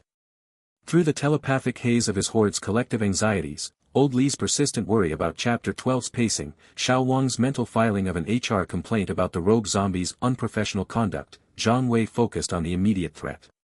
The rogue was a former soldier, that much was clear from the tattered remnants of camouflage clinging to its muscular frame. Its movements were jerky but purposeful, not the slow shuffle of Zhang Wei's zombies. It charged Captain Chen's group with terrifying speed, its eyes fixed on Lao Zhang, who stood frozen with his rifle half-raised. Zhang Wei's mind raced. If blood was spilled here, the fragile truce would shatter. Captain Chen's patrol would see all zombies as monsters, and Legal Eagle's sacrifice, the lawyer zombie lay nearby, a dark stain spreading from the gunshot wound in his shoulder, would be for nothing. Worse, his own horde's defensive reaction, the low growls building in their throats, threatened to escalate into a full-scale confrontation. He reached out with the Hivemind Therapist, attempting to connect with the rogue zombie's consciousness. The effort was like diving into a storm. Where his own zombies' minds were filled with regrets and anxieties, structured, if neurotic, this one was a maelstrom of fragmented memories, explosions, shouted orders, the taste of blood. Rage, pure and undiluted, burned at its core, too chaotic to parse or soothe. Zhang Wei recoiled mentally, a sharp pain blooming behind his eyes. His rapid regeneration could heal physical wounds, but this mental strain left him feeling hollow, as if part of his own consciousness had been scraped away. No time for finesse, he thought, gritting his teeth. He had to act now. Through the telepathic link, he broadcast a command to his horde, not as a gentle suggestion but as a focused directive that cut through their individual worries. Restrain it. Non-lethally. Xiao Wang, coordinate. Old Li, distract. The mental effort was immense, like holding back a flood while threading a needle. He felt the strain in every fiber of his being, a deep exhaustion that his regeneration couldn't touch. Xiao Wang, the former office worker zombie, snapped to attention. His HR complaint mindset shifted seamlessly into operational mode. Through the hive mind, Zhang Wei sensed him organizing the zombies with eerie efficiency. The chef zombie, still clutching his retrieved knife, was directed to the flank. The construction worker zombie, his anxieties about unfinished buildings momentarily forgotten, moved to block the rogue's path with his sturdy frame. The student, grandmother, librarian, barber, florist, and plumber zombies formed a loose perimeter, their various regrets, unfinished exams, ungrateful grandchildren, misplaced books, bad haircuts, wilted roses, leaky pipes, pushed aside by Zhang Wei's urgent command. Old Li, the novelist zombie, shuffled forward. His regret over his unfinished book transformed into a tool. He began to speak, his voice a dry rasp that carried across the street. Chapter 1, he intoned, the soldier returned home, but the war had followed him. The streets were quiet, too quiet, like the calm before, the rogue zombie hesitated, its head tilting slightly. Old Li's storytelling, filled with vivid descriptions of battlefields and homecomings, seemed to resonate with some fragmented memory, creating a momentary confusion. In that split second, Zhang Wei's horde moved. The construction worker zombie lunged, wrapping his arms around the rogue's torso. The chef zombie darted in, not with his knife, but using the flat of the blade to knock the rogue's legs out from under it. The plumber zombie, drawing on muscle memory from handling unruly pipes, helped pin the flailing limbs. It was a clumsy, surreal ballet, zombies working together not to kill, but to subdue, their movements coordinated by Xiao Wang's mental logistics and Zhang Wei's straining will. The rogue thrashed, snarling, its rage undiminished. Zhang Wei poured more mental energy into maintaining control, feeling as if he were trying to hold back the ocean with his bare hands. He absorbed flashes of the rogue's consciousness, a name tag reading, SGT, Ma, a child's laughter cut short, the smell of gunpowder. The pain was acute, a psychic backlash that made his vision swim. His regeneration kept his body steady, but his mind felt frayed, stretched too thin. Finally, after what felt like an eternity, the rogue zombie was pinned, held down by 6 of Zhang Wei's zombies. It continued to struggle, but the coordinated restraint held.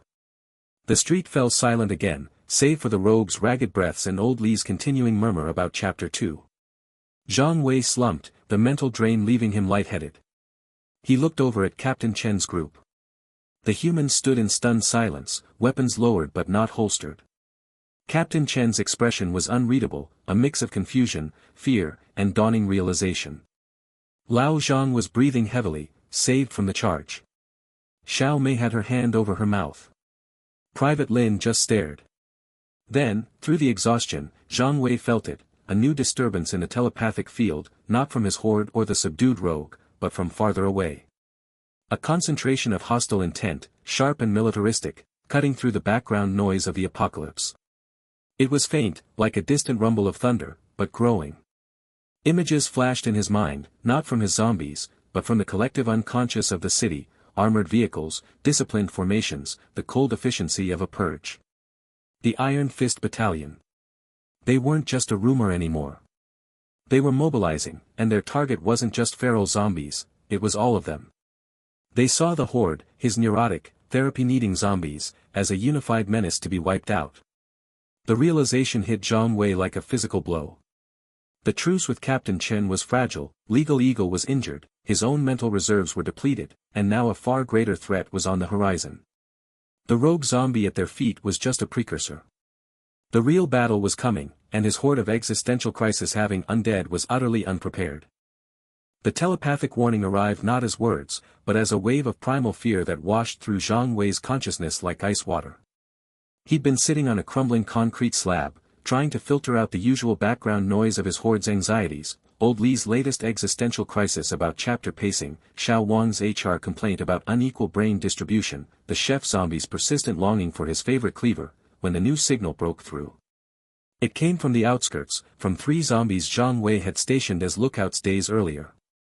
Their minds, usually preoccupied with mundane regrets about missed appointments or unfinished chores, now pulsed with a single coherent image, metal behemoths rolling across broken asphalt, soldiers in uniform advancing in disciplined formations, the distant rumble of engines vibrating through the ground. Zhang Wei's eyes snapped open. The mental strain from the previous day's events still lingered, a dull ache behind his temples that his rapid regeneration couldn't touch. He could feel the physical exhaustion in his limbs, the way his unnaturally strong body seemed to weigh more than usual. But the warning cut through all of it. He stood, the movement fluid despite his weariness, and surveyed his territory. The abandoned industrial park they'd claimed as their sanctuary sprawled around him, all rusted machinery and cracked concrete. His horde milled about in their usual neurotic patterns, the student zombie pacing while muttering about an unfinished thesis, the grandmother zombie trying to tidy a pile of rubble with stiff, clumsy movements, the barber zombie attempting to trim another zombie's matted hair with a broken piece of glass. "Everyone, gather," Zhang Wei broadcast through the Hivemind Therapist. The command rippled through the collective consciousness. He felt the immediate shift as hundreds of minds turned their attention toward him. The background chatter of anxieties didn't stop, it never stopped, but it receded to a manageable hum as his lieutenants began moving toward him. Xiao Wang arrived first, his former office worker gait still evident in the way he shuffled with purpose. The zombie's mind was already buzzing with organizational thoughts, inventory counts, positional assessments, a mental checklist of potential vulnerabilities. "Boss," Xiao Wang's telepathic voice carried the same earnest tone he'd used in life, "the perimeter reports indicate armored vehicles. At least 6. Infantry squads deploying in standard wedge formations. Estimated arrival time, 3 hours at current pace." Zhang Wei nodded, absorbing the information. He could feel Xiao Wang's underlying anxiety, not fear of combat, but concern about proper procedure. The zombie was mentally drafting contingency plans, considering fallback positions, calculating resource allocation. Legal Eagle approached more slowly. The former lawyer zombie moved with a deliberate limp, the injuries from Captain Chen's gunshot still affecting his mobility. Zhang Wei could feel the pain radiating from Legal Eagle's consciousness, not just physical discomfort, but the mental frustration of impaired function. Yet beneath that, the sharp, logical mind was already analyzing the situation. They're following standard military doctrine for urban pacification. Legal Eagle's telepathic voice carried precise, measured tones. The lead elements are scouts. Main force follows at 500-meter intervals.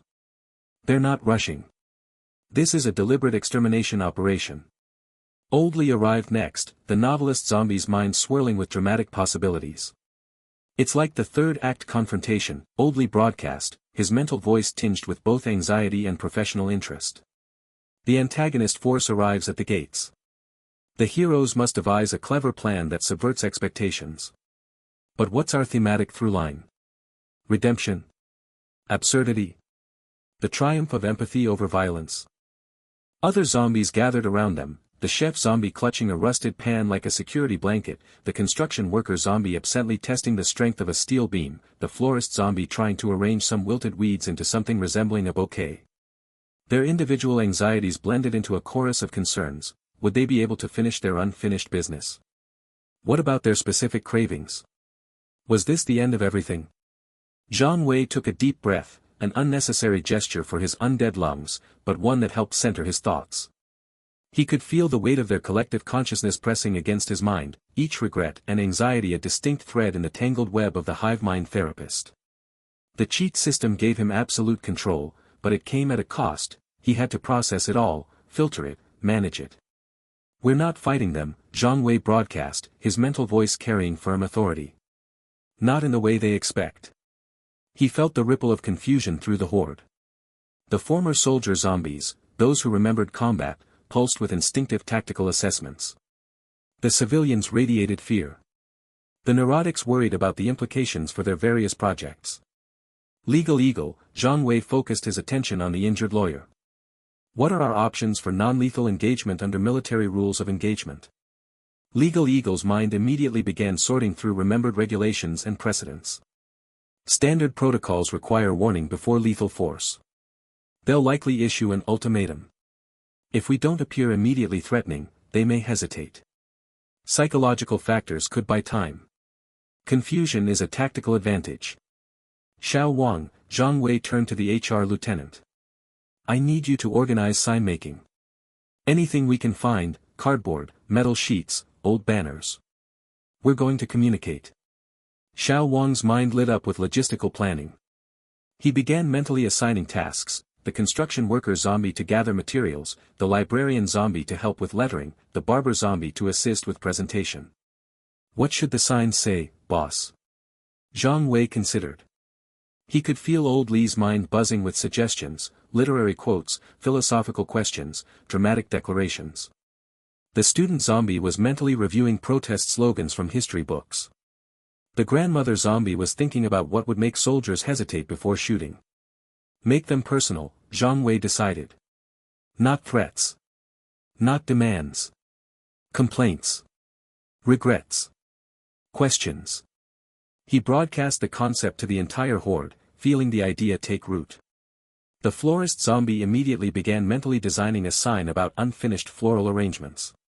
The plumber zombie thought about leaky faucets left unrepaired. The spicy fan zombie's mind fixated on a specific brand of chips he'd never get to taste again. We'll stage a therapy protest, Zhang Wei explained, shaping the plan as he spoke. They're coming to exterminate mindless monsters. We'll show them we're anything but mindless. He could feel the strain building as he maintained focus. The Hivemind Therapist required constant mental energy to coordinate so many minds simultaneously. His rapid regeneration kept his body functioning perfectly, no fatigue in his muscles, no physical tells of exhaustion, but his consciousness felt stretched thin, like fabric pulled too tight. Oldly, you're in charge of narrative cohesion, Zhang Wei assigned. Make sure the signs tell a story. Not our story, the story of what they think they're facing versus what they're actually facing. The novelist zombie's anxiety transformed into creative fervor. It's metafictional commentary. The soldiers as audience, our protest as performance. Do we break the fourth wall? Too obvious. Maybe subtle irony. Legal Eagle, draft a formal response to their expected ultimatum, Zhang Wei continued. Something that acknowledges their position while asserting our non-threatening status. Cite relevant conventions if you can find any that apply to the undead. The lawyer zombie's pain seemed to recede as his mind engaged with the legal challenge. Geneva protocols don't specifically address zombie rights. But principles of proportionality could be invoked. The concept of unnecessary suffering. For the next 2 hours, the industrial park transformed into a bizarre workshop. Zombies who in life had been teachers, artists, engineers, clerks, all now worked together with single-minded purpose. The construction worker zombie used his skills to erect makeshift display stands. The librarian zombie organized groups by thematic concerns. The barber zombie ensured everyone looked presentable, in a loose interpretation of the term. Zhang Wei moved among them, coordinating through the Hivemind Therapist. He felt each zombie's individual anxiety channeling into their work. The student zombie carefully painted unfinished thesis on a piece of corrugated metal, his brushstroke steady despite his decaying fingers. The grandmother zombie arranged a display of found objects, a child's toy, a faded photograph, a cracked teacup, with a sign that read, "Who will remember them?" The chef zombie had fashioned a sign from a rusted refrigerator door, "My knife was German steel." The spicy fan zombie simply held up an empty bag of chips with "out of stock" scrawled beneath the logo. As the work progressed, Zhang Wei could feel his mental reserves depleting. Maintaining such focused coordination across hundreds of minds was like holding up a collapsing building with sheer willpower.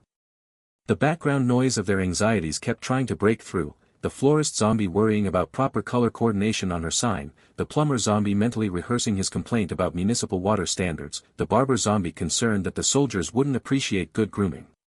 He pushed through, investing more mental energy into the hive-mind connection. The strain manifested as a growing pressure behind his eyes, a sense of his consciousness being pulled in too many directions at once.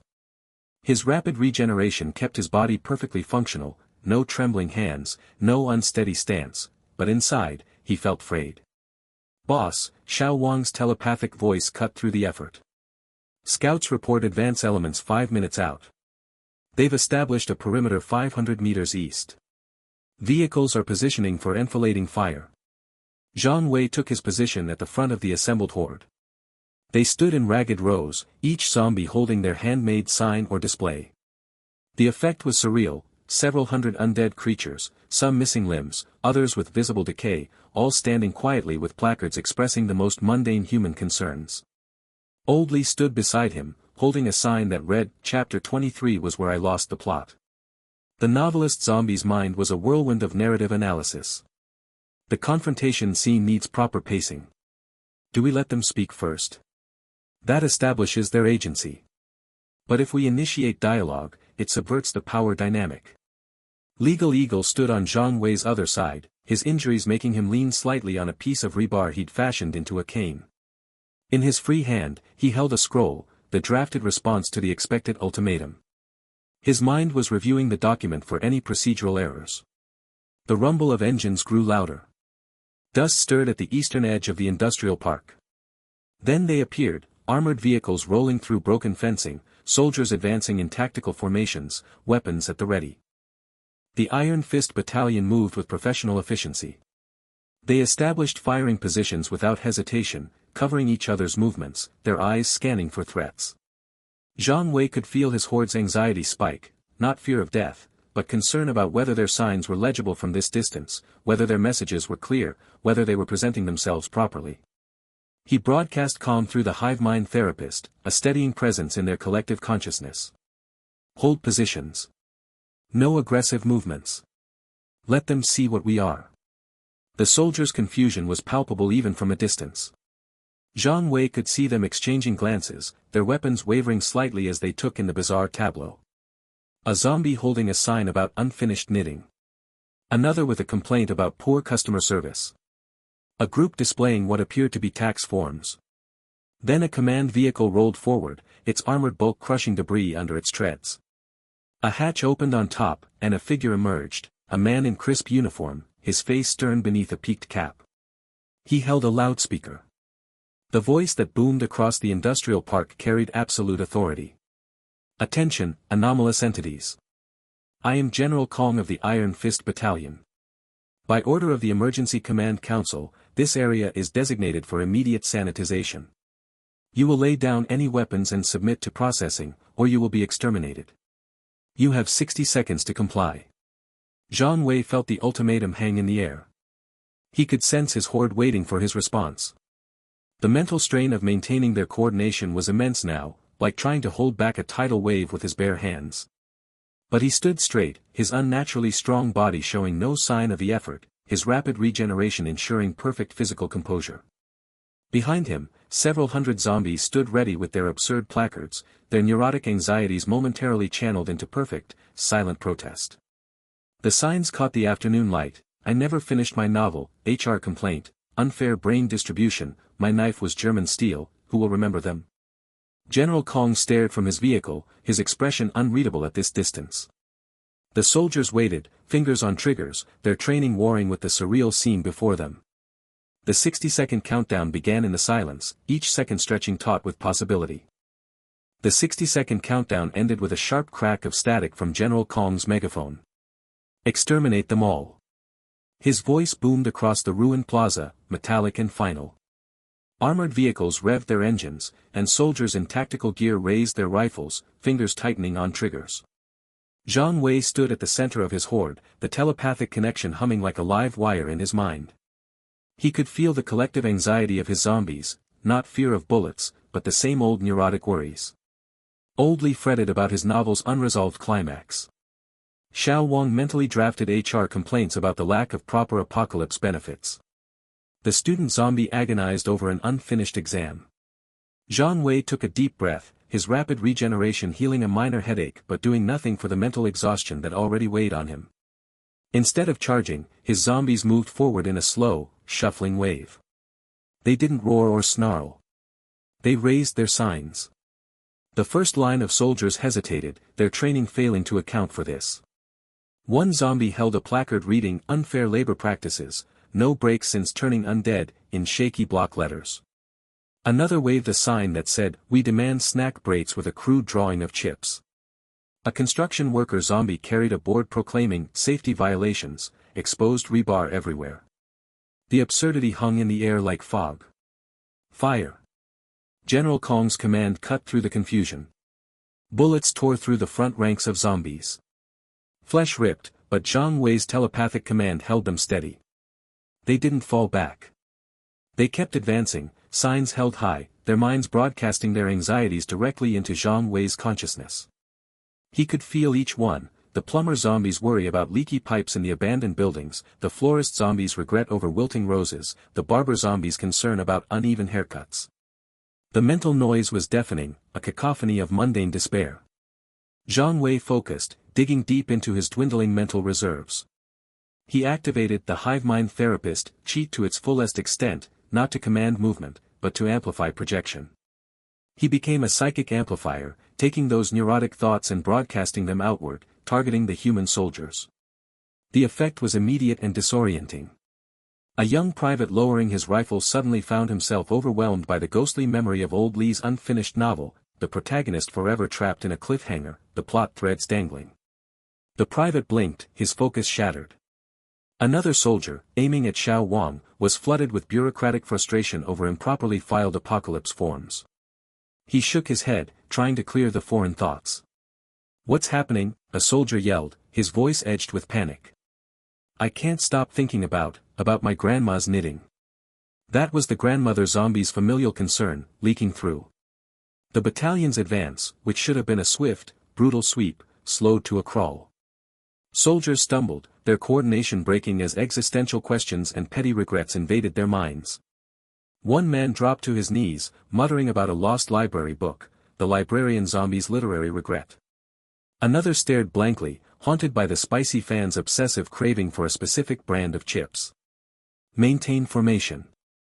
They're using some kind of psychological weapon. General Kong bellowed from his command vehicle, but even his voice sounded strained. He clutched his helmet, as if trying to physically block the psychic intrusion. Zhang Wei felt the strain like a physical weight. Sweat beaded on his brow despite his undead physiology. His rapid regeneration kept his body functioning, but his mind was fraying at the edges. Each amplified projection cost him a piece of his focus, a slice of his mental energy. He could feel the connection to individual zombies becoming slippery, like trying to hold on to wet rope. He needed to escalate the absurdity. Through the telepathic link, he issued a series of precise, ridiculous commands. Spicy fan, forward. Offer the chips. The zombie in question, whose entire existence seemed centered on a craving for fiery dragon brand spicy chips, shuffled out from the ranks. In his hands, he held not a weapon, but a half-crushed bag of the very chips he'd obsessed over, scavenged days earlier. He approached a confused squad of soldiers and held out the bag, making a guttural, offering noise.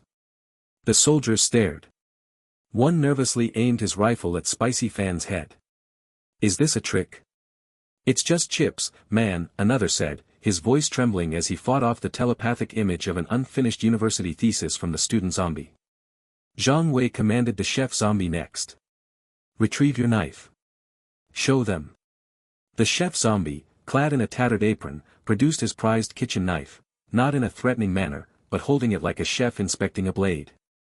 He made slicing motions in the air, his mind broadcasting culinary regrets about poorly julienned carrots. Elsewhere, Zhang Wei directed the former lawyer zombie, Legal Eagle, still injured from Captain Chen's shot but mentally sharp, to approach another group. Legal Eagle held up a new, hastily scrawled sign, Article 3 of the Geneva Convention prohibits flame-based assaults without proper notice. His logical mind projected concepts of due process and treaty violations, adding another layer of surreal bureaucracy to the chaos. The Iron Fist Battalion's morale was visibly wavering. Soldiers lowered their weapons, some laughing hysterically from the cognitive dissonance, others rubbing their temples in pain. The armored vehicles had stopped, their drivers distracted by psychic flashes of plumbing anxieties and grooming concerns. The battlefield had transformed into a theater of the absurd, where the greatest weapon was not teeth or claws, but unresolved regret. General Kong watched from his vehicle, his face a mask of fury. He saw his disciplined battalion crumbling not before brute force, but before what appeared to be a protest rally of the undead. The signs, the offered snacks, the legal arguments, it was an insult to his military doctrine. His knuckles whitened on the edge of the hatch. Enough, he roared, his voice cutting through the psychic haze. He grabbed a flamethrower from a rack beside him, the heavy weapon hissing as he primed it. I'll burn this nonsense to ash myself. He leapt from the vehicle, landing heavily on the cracked asphalt. Soldiers parted before him, some in relief, others in fear. The flamethrower's nozzle glinted in the pale light, a promise of pure, uncomplicated destruction. Zhang Wei saw him coming. The general moved with purpose, a stark contrast to the confused soldiers. Zhang Wei tried to amplify anxieties toward him, projecting the grandmother zombie's worry about grandchildren, the construction worker's stress about unstable scaffolding. But General Kong's mind was a fortress of singular intent, annihilation. The psychic waves seemed to slide off him, absorbed by his rage. Worse, Zhang Wei felt his control slipping. The exertion of maintaining hundreds of telepathic connections, amplifying their thoughts, and issuing specific commands had drained his mental reserves to the dregs. A sharp, stabbing pain lanced through his skull, not physical, but psychic. The rapid regeneration in his body was useless here. He could feel individual zombies at the edges of the horde beginning to twitch, their own anxieties bubbling up uncontrolled. Old Li started muttering about chapter revisions. Xiao Wang began mentally reciting complaint form numbers. General Kong advanced, closing the distance. 50 meters. 40. The flamethrower's pilot light burned a steady blue. Zhang Wei tried to rally his zombies, to form a barrier, but his commands were becoming sluggish, like shouting through water. The telepathic link flickered. He saw Spicy Fan drop the chip bag, his craving momentarily forgotten in the face of the approaching flame. Legal Eagle's sign wavered. The general raised the flamethrower, his finger on the trigger. Time to die, monster. Zhang Wei stood his ground, but his vision swam with exhaustion. He could feel the heat from the weapon already, or maybe that was just the feverish strain in his mind. The battle of absurdity had reached its precipice, and he was running on empty. The flamethrower's nozzle glowed with a sickly orange heat, mere meters from Zhang Wei's face. General Kong's knuckles were white around the weapon's grip, his military uniform crisp despite the dust and tension hanging in the air. Behind him, the Iron Fist Battalion soldiers hesitated, their rifles half-lowered as they watched the surreal standoff, a human general threatening a zombie lord while hundreds of undead stood holding signs that read, "I regret not finishing my novel," and, HR complaint, "Apocalypse breaks overtime laws. You think your little tricks will save you?" Kong's voice was a gravelly bark, but Zhang Wei noticed the tremor in it. Not fear, something deeper. "I've burned hundreds of your kind. I'll burn hundreds more." Zhang Wei's mind was a frayed wire. The psychic exhaustion from projecting the horde's anxieties had left him feeling hollow, like his thoughts were scraping against bone. His rapid regeneration kept his body intact, a shallow cut on his arm from earlier had already sealed, but it did nothing for the mental strain. He could feel his control over the horde slipping at the edges. Old Li was mentally reciting plot points for his unfinished book, and Xiao Wang was drafting a complaint about inadequate conflict resolution protocols. Yet as Kong stepped closer, the flamethrower's heat washing over him, Zhang Wei sensed something through the Hivemind Therapist. It wasn't a clear thought, Kong was human, not part of the telepathic network, but an emotional resonance, a raw wound in the man's psyche.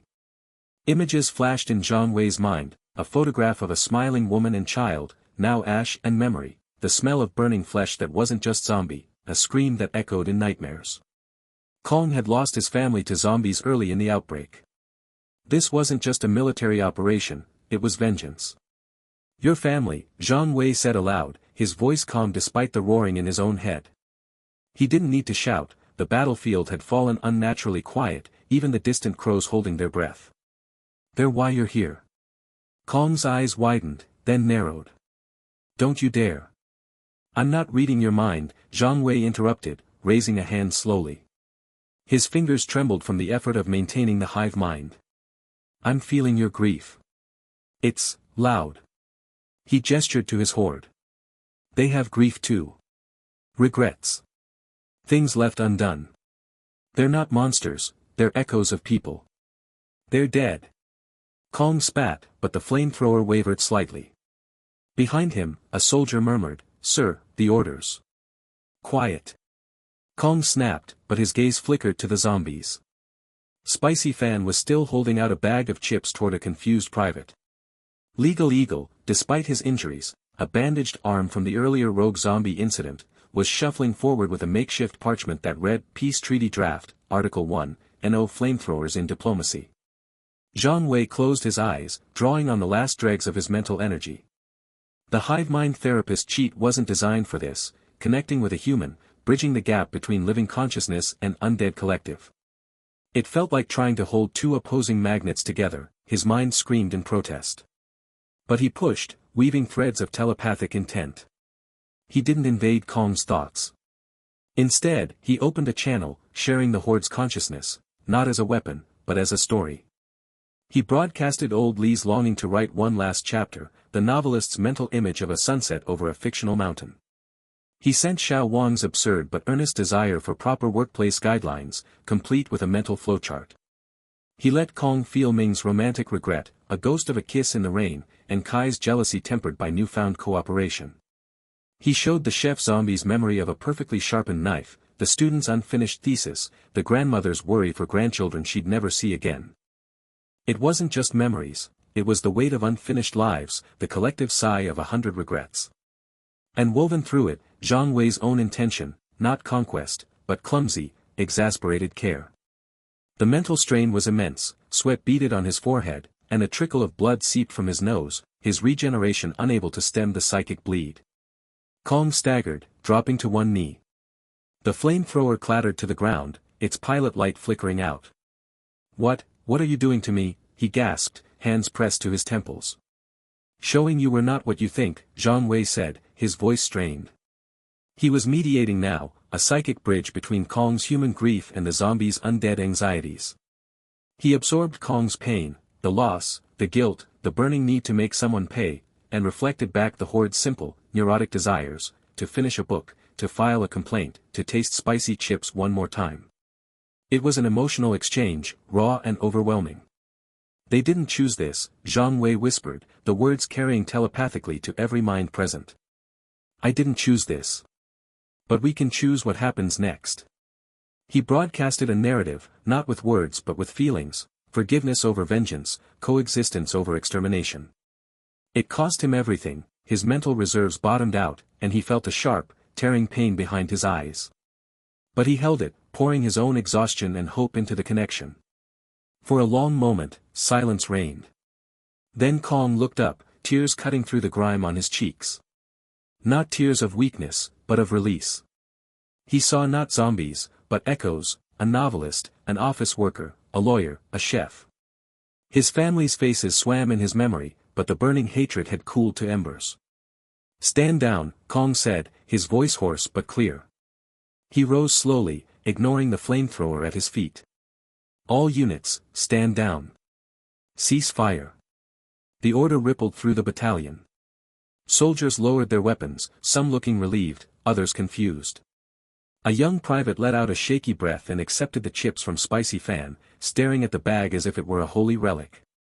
Kong met Zhang Wei's eyes. I don't understand any of this. But I see it. He gestured vaguely at the horde. They're not attacking. They're just lost. Zhang Wei nodded, too drained to speak. The telepathic connection faded, and with it went the last of his strength. His knees buckled, and he collapsed onto the dusty ground, the impact jarring but dulled by exhaustion. The world swam, he saw the sky, pale blue and indifferent, then the worried faces of his zombies crowding around him. Old Li knelt beside him, his novelist's mind radiating concern. Xiao Wang was already mentally drafting a medical emergency protocol. Legal Eagle shuffled over, his injured arm held carefully, and placed his treaty draft on Zhang Wei's chest like a blanket. Ming and Kai stood together, their former rivalry forgotten in shared worry. From the edge of the battlefield, Captain Chen approached, his patrol, Lao Zhang, Xiao Mei, and Private Lin, following cautiously. Chen's expression was a mix of awe and grim realization. He looked from the subdued Iron Fist battalion to Zhang Wei's prone form, then to the horde of neurotic zombies now clustering protectively around their fallen leader. We need to talk, Chen said, his voice low. This isn't over. The virus, the outbreaks, there are things you don't know. Someone engineered this chaos. If we're going to survive, we need an alliance. Zhang Wei tried to respond, but darkness crept at the edges of his vision. The last thing he felt was the gentle pressure of a zombie's hand on his shoulder, and the faint, collective thought from his horde, don't leave us unfinished. Zhang Wei woke to the sound of shuffling feet and the low murmur of voices that weren't quite human. His head throbbed with a dull, persistent ache, the psychic hangover from his confrontation with General Kong. For 3 days, he drifted in and out of consciousness, his rapid regeneration healing the physical strain but doing nothing for the mental exhaustion that felt like a weight pressing against his skull. Sunlight filtered through the broken windows of what had once been a community center. Dust motes danced in the beams, illuminating the strange scene before him. Old Li sat at a folding table, his decaying fingers carefully turning pages of a notebook filled with his sprawling handwriting. Nearby, Xiao Wang moved between groups with a clipboard, his HR instincts translating into meticulous scheduling of the sanctuary's daily activities. Boss. You're awake. Xiao Wang's telepathic voice carried both relief and professional concern. I've drafted a preliminary schedule for today's activities. The humans from Captain Chen's group are arriving with supplies at 10 a.m., and Legal Eagle has prepared 3 versions of the coexistence agreement for review. Zhang Wei pushed himself up slowly, his joints protesting. The room was filled with his horde, some sitting quietly, others moving with purpose. The grandmother zombie was arranging flowers in a cracked vase, her movements surprisingly gentle for someone whose flesh was slowly decaying. The plumber zombie stood by a leaking pipe, staring at it with an expression that mingled professional pride and existential despair. How long? Zhang Wei thought back, his mental voice weaker than usual. 72 hours, Xiao Wang responded. General Kong's battalion has withdrawn to their perimeter, and Captain Chen has been coordinating supply runs. The humans are adjusting. Outside, Zhang Wei could see through the broken wall where construction had begun. The former construction worker zombie was directing a mixed group of zombies and humans in reinforcing the perimeter fence. They worked in awkward silence, the humans casting nervous glances at their undead co-workers, the zombies moving with careful deliberation to avoid startling their living counterparts. As Zhang Wei stepped outside, the morning air carried the scent of damp earth and decay. The Zombie Sanctuary, the name had stuck after Legal Eagle drafted the first official document, sprawled across what had been a suburban neighborhood. Makeshift shelters dotted the landscape, some occupied by zombies who preferred solitude, others by mixed groups engaged in what looked like therapy sessions. Old Lee shuffled over, clutching his notebook. "Boss, I've written 3 new chapters," he transmitted, his mental voice tinged with pride and anxiety. "But I'm worried about the pacing in the second act. The protagonist's motivation feels thin." Zhang Wei sighed internally. Even in recovery, his role as therapist continued. He focused his diminished telepathic abilities, reaching out to Old Lee's consciousness. The novelist's regrets swirled like ink in water, unfinished sentences, abandoned plotlines, the fear that his life's work would remain incomplete. "Show me," Zhang Wei thought, and Old Lee projected the scenes. Zhang Wei absorbed the narrative, feeling the old zombie's creative struggle. "The protagonist isn't searching for treasure," he suggested gently. "He's searching for meaning.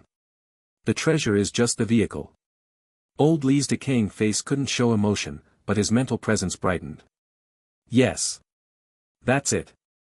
The external journey mirrors the internal one." He shuffled away, already lost in new possibilities. The effort cost Zhang Wei, a slight increase in his headache, a flicker of fatigue. But it was manageable, unlike the overwhelming drain of the battle. He was learning to use the Hivemind Therapist in smaller doses, like adjusting a faucet instead of opening a floodgate. Captain Chen arrived with a small convoy of vehicles, their engines cutting through the morning quiet. Humans emerged carrying boxes of supplies, canned food, medical kits, tools. They moved cautiously, their eyes constantly scanning the zombie population. "Zhang Wei," Captain Chen called, his voice carefully neutral. "We brought what we could scavenge. The agreement stands, supplies in exchange for protection and, whatever this is." Xiao Wang stepped forward, clipboard at the ready. "Thank you, Captain. I've prepared a receiving schedule and inventory checklist. May I suggest we establish a designated drop-off area to minimize interpersonal friction?" One of the human survivors, a young woman named Xiao Mei, stared at Xiao Wang. "He's organizing us," she whispered to Lao Zhang beside her. "He's better at it than you are," Lao Zhang muttered back, earning an elbow to his ribs. Zhang Wei watched as Legal Eagle approached Captain Chen, holding a sheaf of papers. The former lawyer zombie's movements were precise, his mind sharp despite his condition. "Captain, I've drafted the formal coexistence agreement based on our discussions. Article 1 establishes mutual non-aggression. Article 2 outlines resource sharing protocols. Article 3. Captain Chen took the papers, his eyebrows rising as he read. "This is thorough."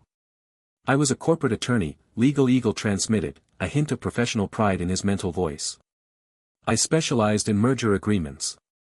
As the day progressed, minor conflicts emerged, the natural friction of two species learning to coexist. The chef zombie became agitated when humans used his favorite knife without permission. The student zombie kept wandering into the human study sessions, projecting academic anxiety that disrupted concentration.